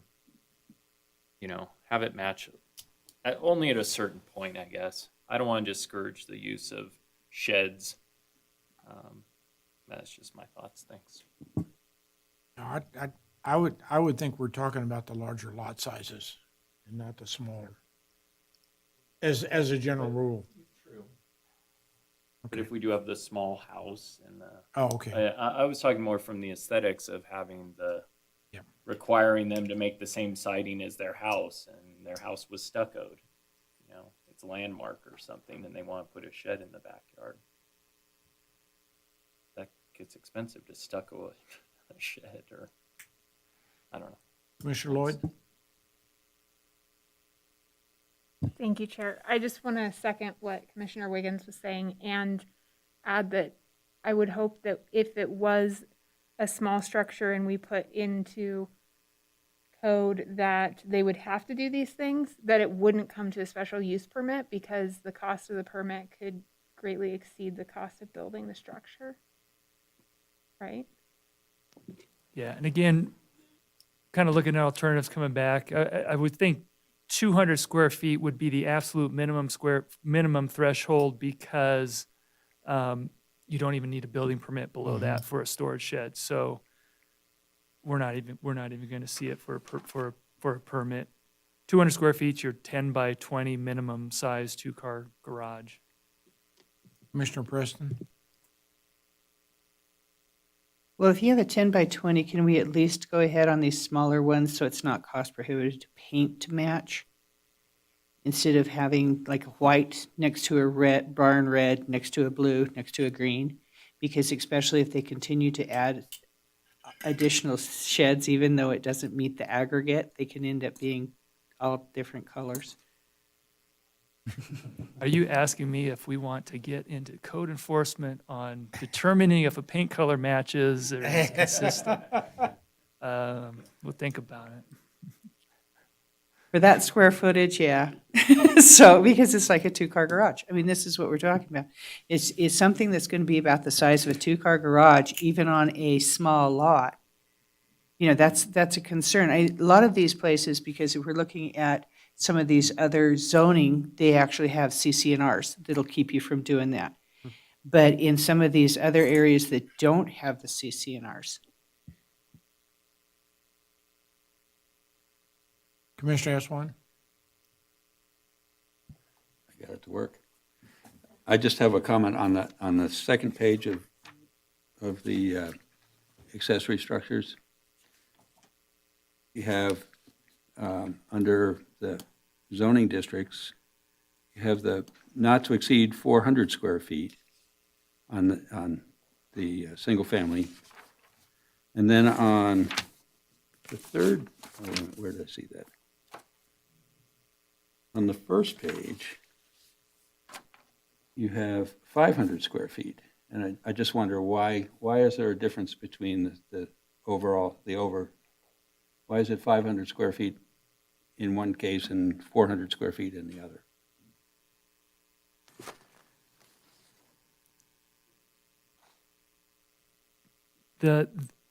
I think we're talking about because there are two different requirements, and the first one, the 400 square feet, relates to a threshold of size for reduced setback requirements or not, versus 500 square feet just being a threshold chosen for whether or not you need a special use permit. But why wouldn't you just have them both the same? I mean, is 100 square feet that much No, of a right. difference? Okay. Good look at, yeah. And that was just yeah. So which would you suggest, going I up? would suggest the 500 square feet. Okay. Okay. Are there any other comments on this item? Yeah, Commissioner Wiggins? Commissioner Wiggins, for the record, as opposed to putting it in these provisions, when they do come to us with a special use permit and you're doing the findings of fact, and they come in with, I want to do 20% of my lot size with a structure like this. Do you guys have guidelines you guys live within? And are those written? Are they published? Actually, Maybe that way we're not writing a bunch of code when we have guidelines that would say, guess what? The Planning Commission is never going to approve something at 20%. Actually, you just addressed exactly what my thought process has been in listening to this discussion, with the exception of Commissioner Perry's initial comments, which my comment's not going to necessarily respond to. When we look at the findings, finding B reads in part that the use is compatible with and preserves the character and integrity of adjacent development and neighborhoods. I believe that's exactly what you're talking about right now. Now, traditionally or historically or in practice, the staff and past planning commissions have considered the matching paint color to be, to satisfy that requirement. What I'm hearing in this discussion is we're not so sure paint all by itself satisfies that requirement. We are thinking what would satisfy that requirement is matching materials. Oh, but then you might have a horse, so does it make sense for the barn to be in the stucco? Well, maybe not. So then we have to look at what's the function of that building in addition to the compatibility. So I appreciate that this may lead to some type of design criteria, but I think even more immediately, I'm hearing you all say, look, it's not just paint. That's not going to satisfy this anymore. And so we hear you. And as a staff, as we work with our applicants, we will let applicants know that to meet the compatibility and preserve the character and integrity of adjacent development and neighborhoods, this commission is going to be looking for something more than paint. So I think you've just, as a cross-section of the community, identified sort of what your expectation is, and we can relay that immediately. And with that sort of guidance from you on your expectations, I'm not even certain we would need design guidelines because one size doesn't fit all. So that's just my thinking. Just to add to that,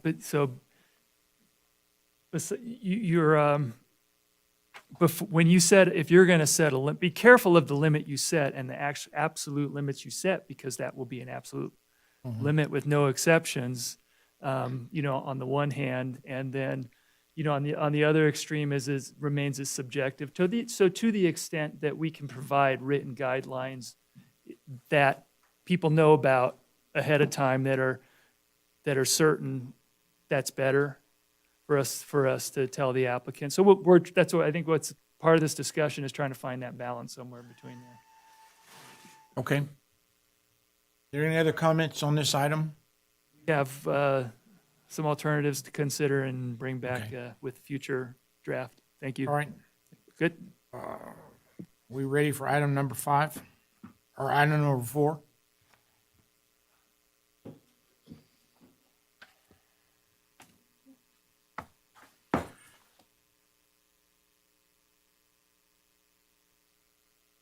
Lost my agenda.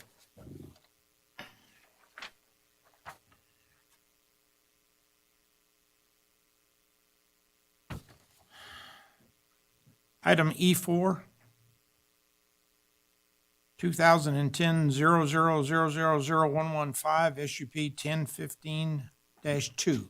Discussion and possible action regarding the revocation or reexamination of special use permit SP 10-115 for the asphalt plant located at 8013 Highway 50 East, APN 008-611-31, 33, 37, and 41. Mr. Plum. Thank you. Again, for the record, Lee Plemmel, Community Development Director. For this item, which is a show cause hearing for possible revocation of this special use permit, I plan to give a brief summary of the issues just to help frame the discussion and action. Then I'm going to give our Deputy District Attorney, Ben Johnson, an opportunity, if I don't cover anything that needs to be stated about this process, the opportunity, hopefully I cover things. And then, of course, the applicants and the applicant's representative has a chance to respond to the findings noted in the staff report, and we'll go from there. So let me proceed with a little bit of background on this. This is, as you've said, a show cause hearing regarding a special use permit for the asphalt plant located on Highway 50 East, as I have on the site plan there up on the screen. This is located on the border, near the border of Carson City and Lyon County. In Carson City, it's surrounded by primarily industrial and commercial zoning with some public zoning in the vicinity. And to the east is Lyon County and a residential neighborhood. So just, again, a high-level overview, not all actions of the history of this, but what's not noted in the staff report I don't think, is that this special use permit was originally approved in 2011. So the special use permit for the use of an asphalt plant goes back to 2011 on this property. There's, regarding the aggregate crushing facility portion of it, I believe it goes back even farther than that. But for the purposes of the special use permit you're considering with today, for the uses go back to, for approval for the uses goes back to 2011. So related to the discussion today, it was in December of 2019, after an annual review of the special use permit, that the Planning Commission directed staff to conduct an investigation based on complaints of odors from adjacent residents. Those investigations were conducted, monitored, code enforcement made site visits. You have a complete packet of information, obviously, with notes from and reports from our code, from city code enforcement, as well as from NDEP. And then in October, those were brought back to you in October of 2020. And at that point, you directed staff to initiate this show cause process and serve notice to the applicant as to why the special use permit should not be revoked or reexamined. The next item on there, a correction to the staff report.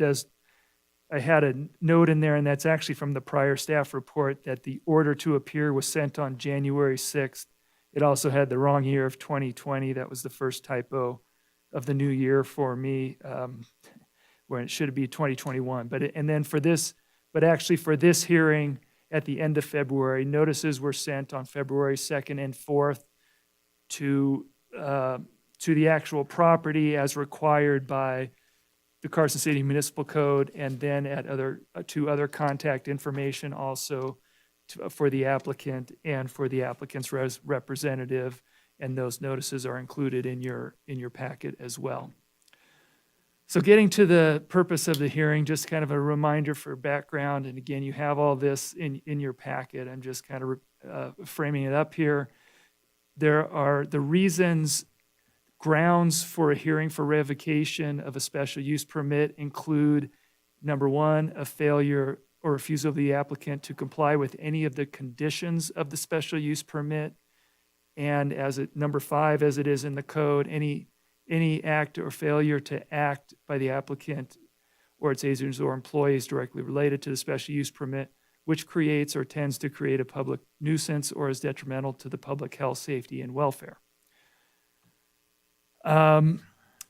So based on those things and the investigation at the previous Planning Commission meeting on this matter, the Planning Commission found that, number one, TWA has been in violation of its NDEP permit, which is in violation of special use permit condition number 12 regarding compliance with applicable NDEP permits. Number 2, TWA has violated the requirements of special use permit condition number 17, which required odors to be suppressed. That's the old condition prior to June 4th, and then since then prohibits odors from being detected beyond the property, which is the condition, a revised condition that became effective on June 4th, 2020. And number 3, the TWA operation has created or tended to create a public nuisance to the residents to the east of the property in violation of the Carson City Municipal Code due to odors leaving the site on an ongoing basis, both during the hours of operation and when the plant is not in operation. So, and then just a couple more slides for my overview before turning it over for questions. Possible actions, again, this is in the staff report, but possible actions that you can take today include approval of the special use permit that's in effect. Basically, no act unmodified, which would allow them to continue operation in compliance with the current code requirements for my. And this reminded me to note that, sorry, I'm looking for my notes from the earlier city public comments, but this reminded me to note that yeah, I think you're right. The approval, your approval today does not allow them to go operate next week. They are still required to get their NDEP permits. This is just a special use permit. As noted in there, their NDEP permit is currently under a stop work order.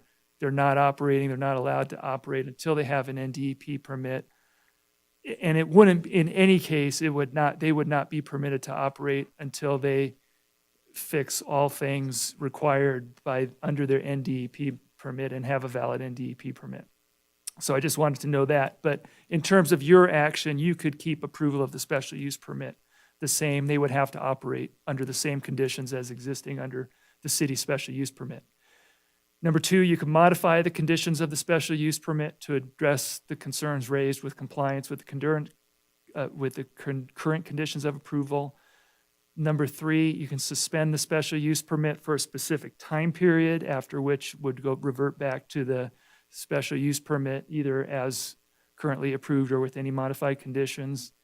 And number four, you can deny the special use permit. And the effect of that would be that the special use permit would no longer be valid. And if there were a future permit, it would have to come back as a new special use permit to the Planning Commission and comply with all applicable codes and conditions at that time. And these are from Carson City Municipal Code, the possible actions you can take. I was going to note at the end, but I will note for now that there's a appeal process.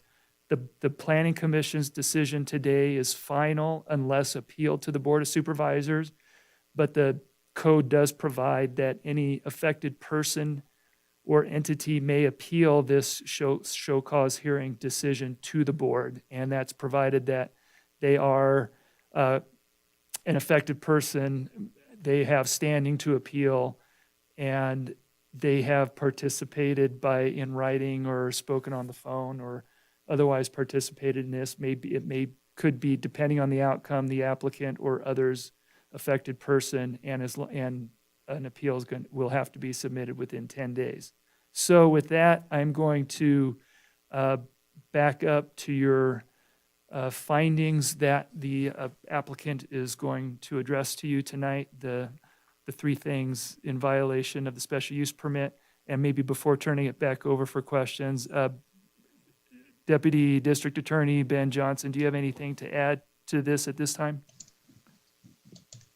Ben Johnson, Deputy District Attorney for the record. Thank you, Mr. Flemel.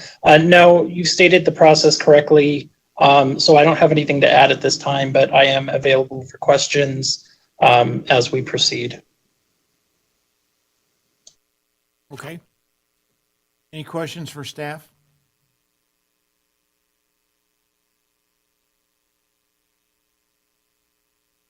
Kilgore, Commissioner Kilgore. Thank you, Commissioner. Commissioner Kilgore, for the record. Earlier during public comment, I just wanted to clarify this. One of the callers did state that they had a petition that had as many as 75 signatures on it. Can we verify that?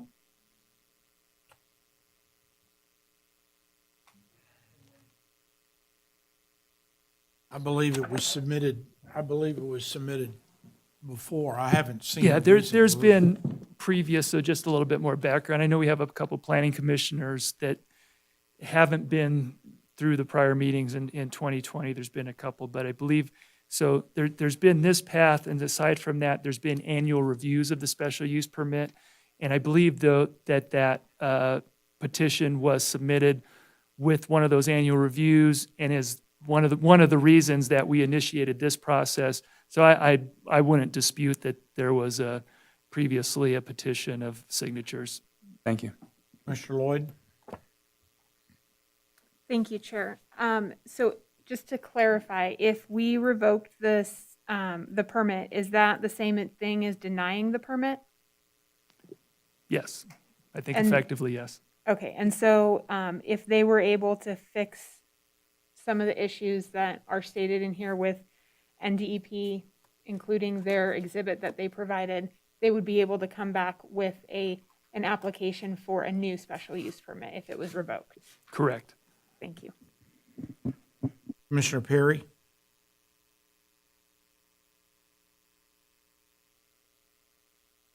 Mr. Perry, can you move your mic closer? Push and wait. There we go. So we put one restriction on this, or one request, that city code enforcement staff will monitor the offsite odors at least 3 times a month and maintain a detailed log. I remember that one after the meeting we had last year where we had so many people that came to the meeting. Did we do that? Do you have the log that says, when it was done, how often it was done, and whether there was any odors or not?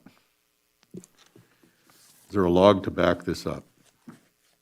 Yes, and it's part of the packet. You see a lot of the complaints there, and it also includes the inspections during that time period. The requirement was 3 times, and you could see, I see like flipping through it in May, June, 3 times each, April, March, February. So not promising that through 2020, it was 3 times every month through 2020, in part because they stopped operating. But yes, we have logs of the inspections and the results of those.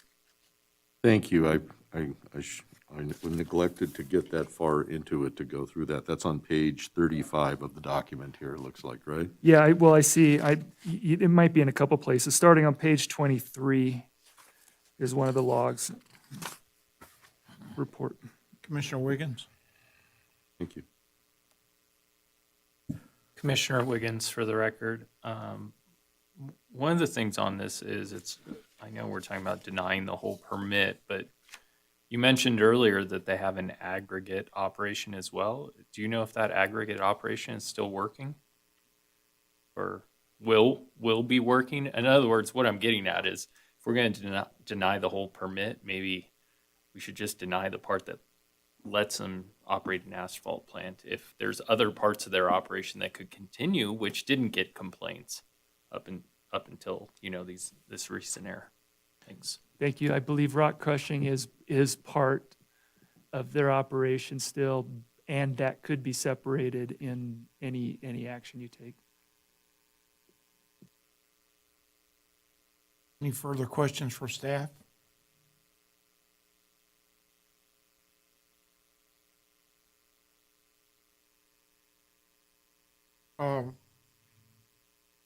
Is there a representative for the asphalt plant on the line? Yes, I'm here. Thomas Padian on behalf of TWA. All right, Thomas, thank you.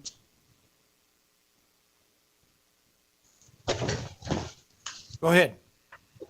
Oh, sure. First, I just want to go on the record and ask if you guys have received our public comments. Yes, we did. Okay. Because I think there's been a mischaracterization of the facts here, particularly whether there was enforcement that had gone past TWA in compliance with the modification after June 4. The record that I have in front of me only shows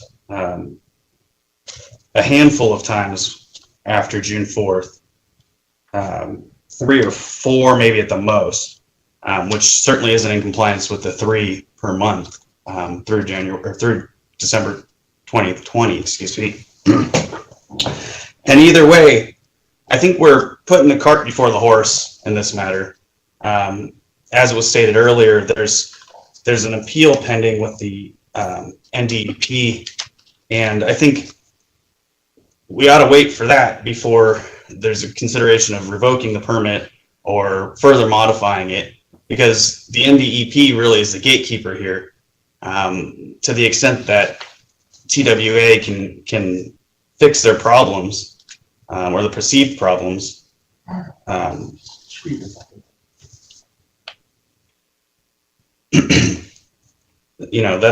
that's really where we need to start, is with the NDEP. Particularly because the only evidence that's in front of us if you could call it evidence, are these complaints. There's no basis for the complaints. There's no names.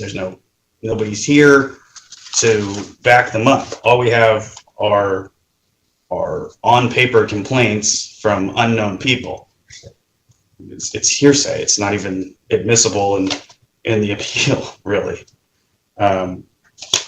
So I think really what we need to do is wait for the NDEP appeal to sign off on everything, and then to the extent that there's any actual complaints that are meritorious and have some evidence or founding in fact, after that, that's when this needs to be considered, and not now before the NDEP, who's the governing body, has a chance to take a look at this and determine whether there are in fact issues that can be better, that need to be ameliorated, or whether there are issues at all. Okay. Are there any questions for the, it's not a defendant, the applicant? Yes. Mr. Perry? Okay, I didn't get a chance to push the button Okay. there. Thank you, sir, for bringing those ideas or those thoughts forward. I do have one question. So it looks like the appeal that has been proposed by Tahoe Western Asphalt is an appeal of the decision of the State Environmental Commission's ruling, as well as NDEP's violation and notice of assessed violation that they issued, and it's being appealed to the district court here in Carson City. Do you have any estimate of the amount of time that would take before there's actually going to be a decision? Has the court agreed to take it? Is it on the docket? Is there any realistic timing for what you're proposing there? Well, as a matter of right, the court has to take the appeal. That's our client's remedy. But no, we don't have a set timeline. It's the district court, so we've got to go by their schedule, by their timeline. But TWA is not currently operating, as I think was stated previously. They're in a state of they're in a holding pattern at this point because they're at the mercy of the NDEP's ruling anyway. Mr. Lloyd? Thank you, Chair. A question on that appeal as well. Can you give us a reason why there may have been a 4+ month delay in filing that? Because it appears that that was signed on January 11th of 2021 when the stop work order was issued last August.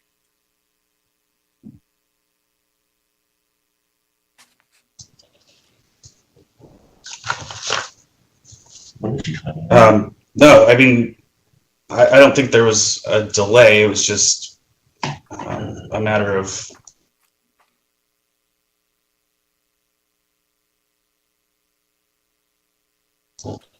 I'm sorry.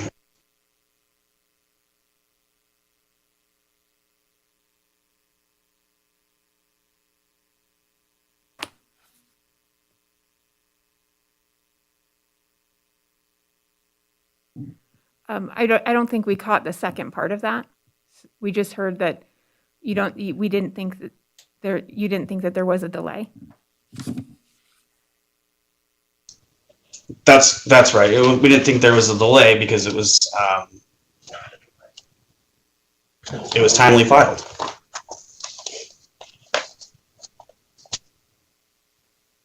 Is the aggregate plant? I'm sorry, go ahead. Is the aggregate plant still operational?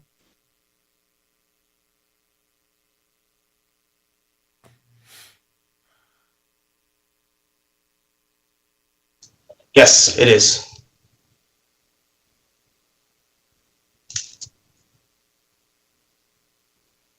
So if we revoke the special use permit, do we revoke the ability of the aggregate plant to process stone? Mr. Pummel? That's to Mr. Pummel. Yeah, I think Lee Plemmel, Community Development Director, I think as Commissioner Wiggins pointed out, you could allow the aggregate crushing operation to continue and revoke the asphalt plant portion of the special use permit because it's for both. Okay. So that we would want to understand that distinction in your action if you do that.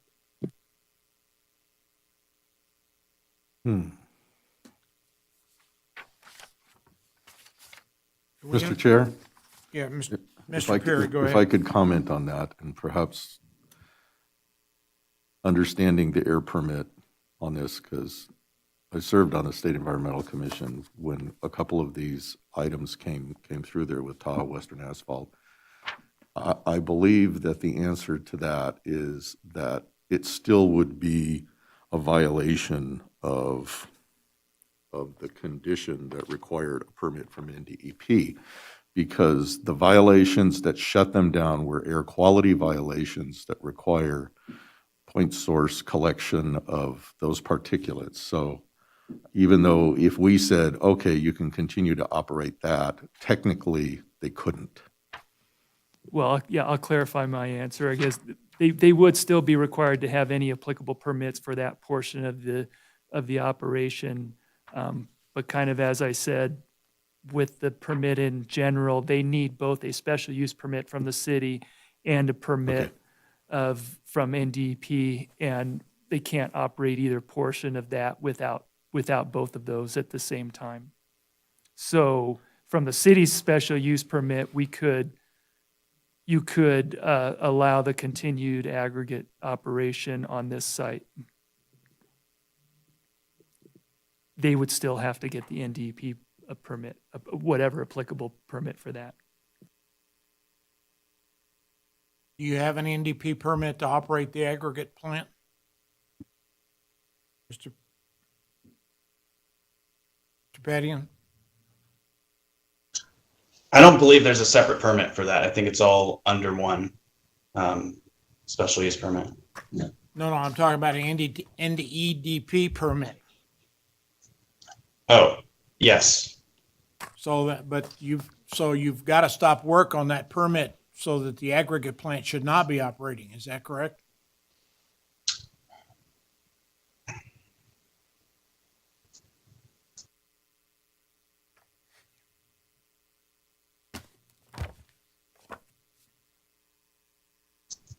I'm not 100% sure right now. Okay. On that. All right. Mr. Perry? Did I turn you off? Okay.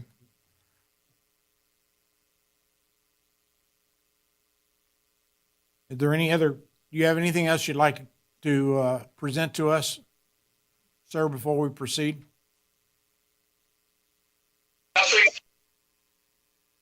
I'm sorry. My client just called me. Can I have just 1 second to consult with him, please? Sure.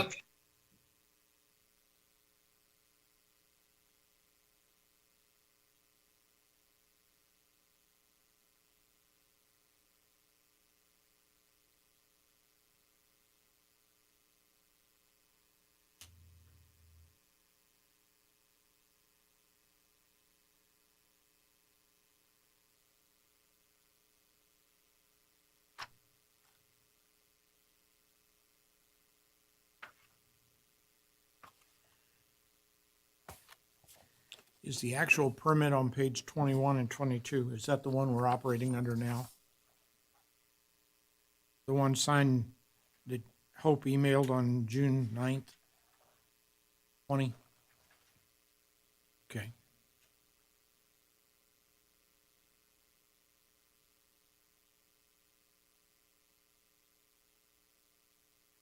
Required aggregate plant operation. That's all you can say. Okay, you ready? If I may. Yes. So they're not currently running the aggregate. It's the winter, and I guess they don't run it during the winter. So there's no ADT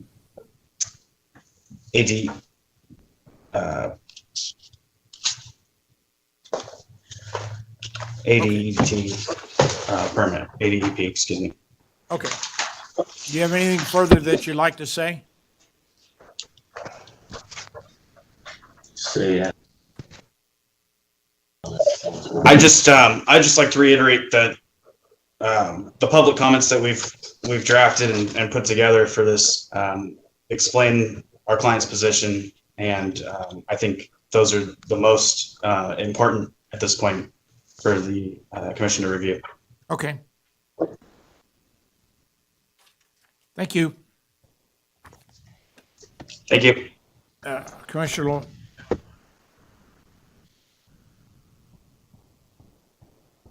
Commissioner Lloyd, there you go. Thank you, Chair. I was just trying to look up while we were on that pause there, and I was not able to find it. But does anybody know what because it says in the NDP stop work order that they have to respond, and the appeal must be received to them within 10 days. But do we know if they are appealing that ruling, like if there is a minimum amount of time that it would then go to the district court? And maybe I'm getting too far into the weeds on this, really. Mr. Johnson, you have a comment on that? I would think that it's really kind of none of our business. Mr. Chair, Ben Johnson, Deputy District Attorney for the record. I'm not exactly sure the timing of what that would be, but I do know that I can confirm that the petition for review of the NDEP's decision to stop work has been appealed to the district court, so it is pending in district court, and summons to the parties have been issued. So litigation has been initiated in the district court. So it is, on appeal, on review with the court. And as Mr. Padian said, there's no timeline for when the court may make a decision on that. Can you give us, in your opinion, kind of what the time frame is in the district court, what their calendar looks like as far as this kind of an action? Is it 6 months? Okay, is it so 6 years? I would say, well, so there's a mandatory, if there's a 5-year limit on all cases. So if you get to the 5-year mark, the court has to dismiss it. So we know there's at least that's the, okay, as far as it can go. Just for another example, litigation regarding the hemp on Buzzy's Ranch, that was started last year. So we're now, a year later, and we're still now just beginning the discovery process. So I would say it's at least a year, if not more, just general litigation before you get to a trial. It may be different for reviews of, court reviews of department decisions or something like that, but generally litigation is at least a year or more. Okay, thank you. All right, Mr. Group. Mr. Perry.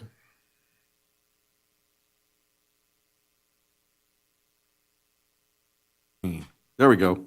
Thank you, Mr. Chair. I do have some comments for discussion on this, and the first is a comment that I have to respectfully disagree with the attorney for Tahoe Western Asphalt that the NDEP air quality permit is the overriding permit in this. I do not agree with that. I think the facts of the matter are that it is a component of the special use permit that the Carson City municipality issues. So if I would say anything, the governing permit is the special use permit, and the air quality permit could only be issued if they had a place to do it in a plant. So I think that just the opposite is true. And, irregardless of all the issues around going to court on the violation of the air quality permit, which I would note it's the third violation that this entity has received in the last 3 years, I believe it is.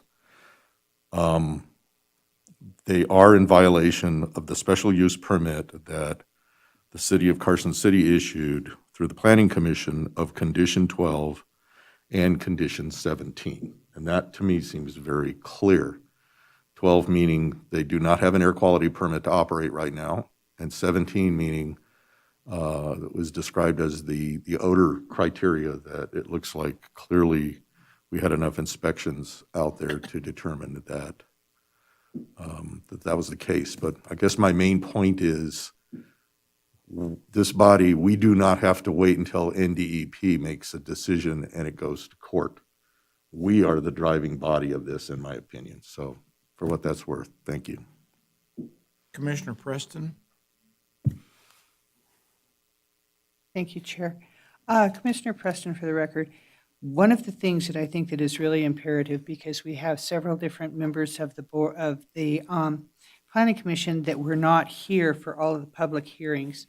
We had hours and hours and hours of public hearings that we spent on this particular thing, and they were not nameless. They came in and they actually gave their names, they gave their addresses, they discussed the different things that happened, and they were all credible. So, you know, I think that they definitely, those people need to be acknowledged. Thank you.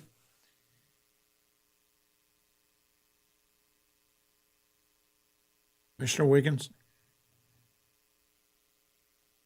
Commissioner Wiggins, for the record, to follow up on what Commissioner Preston just said, in the letter we recently received, I underlined this, said any complaints not confirmed by physical investigation should be deemed false and disregarded. Well, there's hundreds of complaints. There were people testifying in front of us. And so to say that everything that should be disregarded in this letter, I found that a little disturbing. That's it.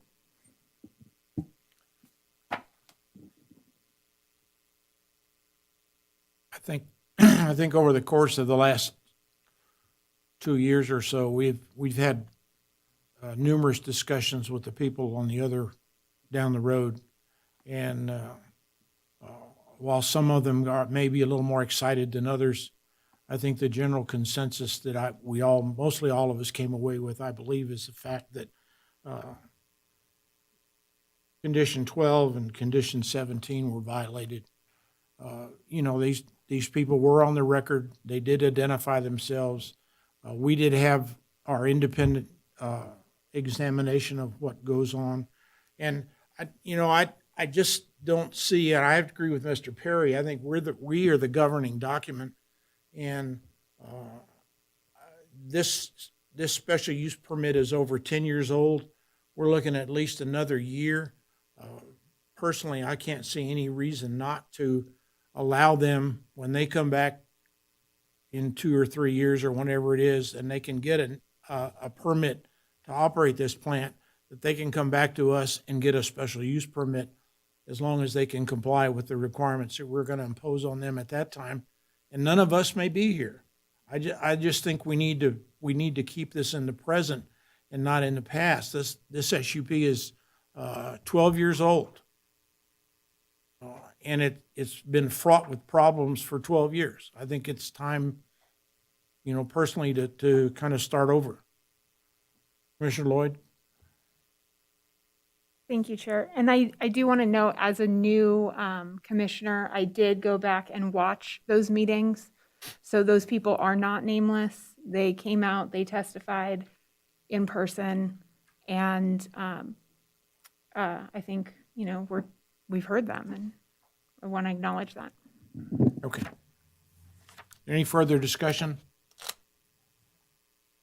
All right, somebody want to press the purple button? There it is. Commissioner Eswine, like to make a motion. Thank you, Mr. Chair. Commissioner Eswine, for the record.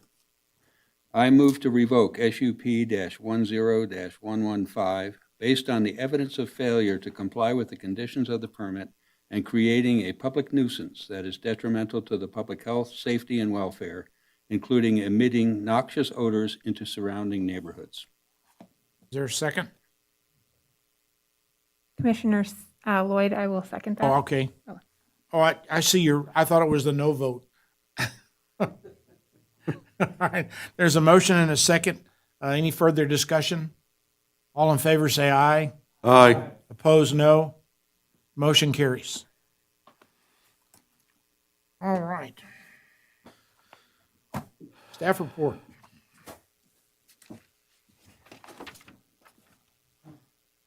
Mr. Plumel, I think we've had enough fun for today, so we're not gonna. Yeah, with that in mind, I'll check schedules and reschedule to continue our discussion on the sign code at a future date. Yeah, just a couple items to update. At the February 18th Board of Supervisors meeting, the Board of Supervisors approved the border crossing tentative subdivision map. I think that was before you in January.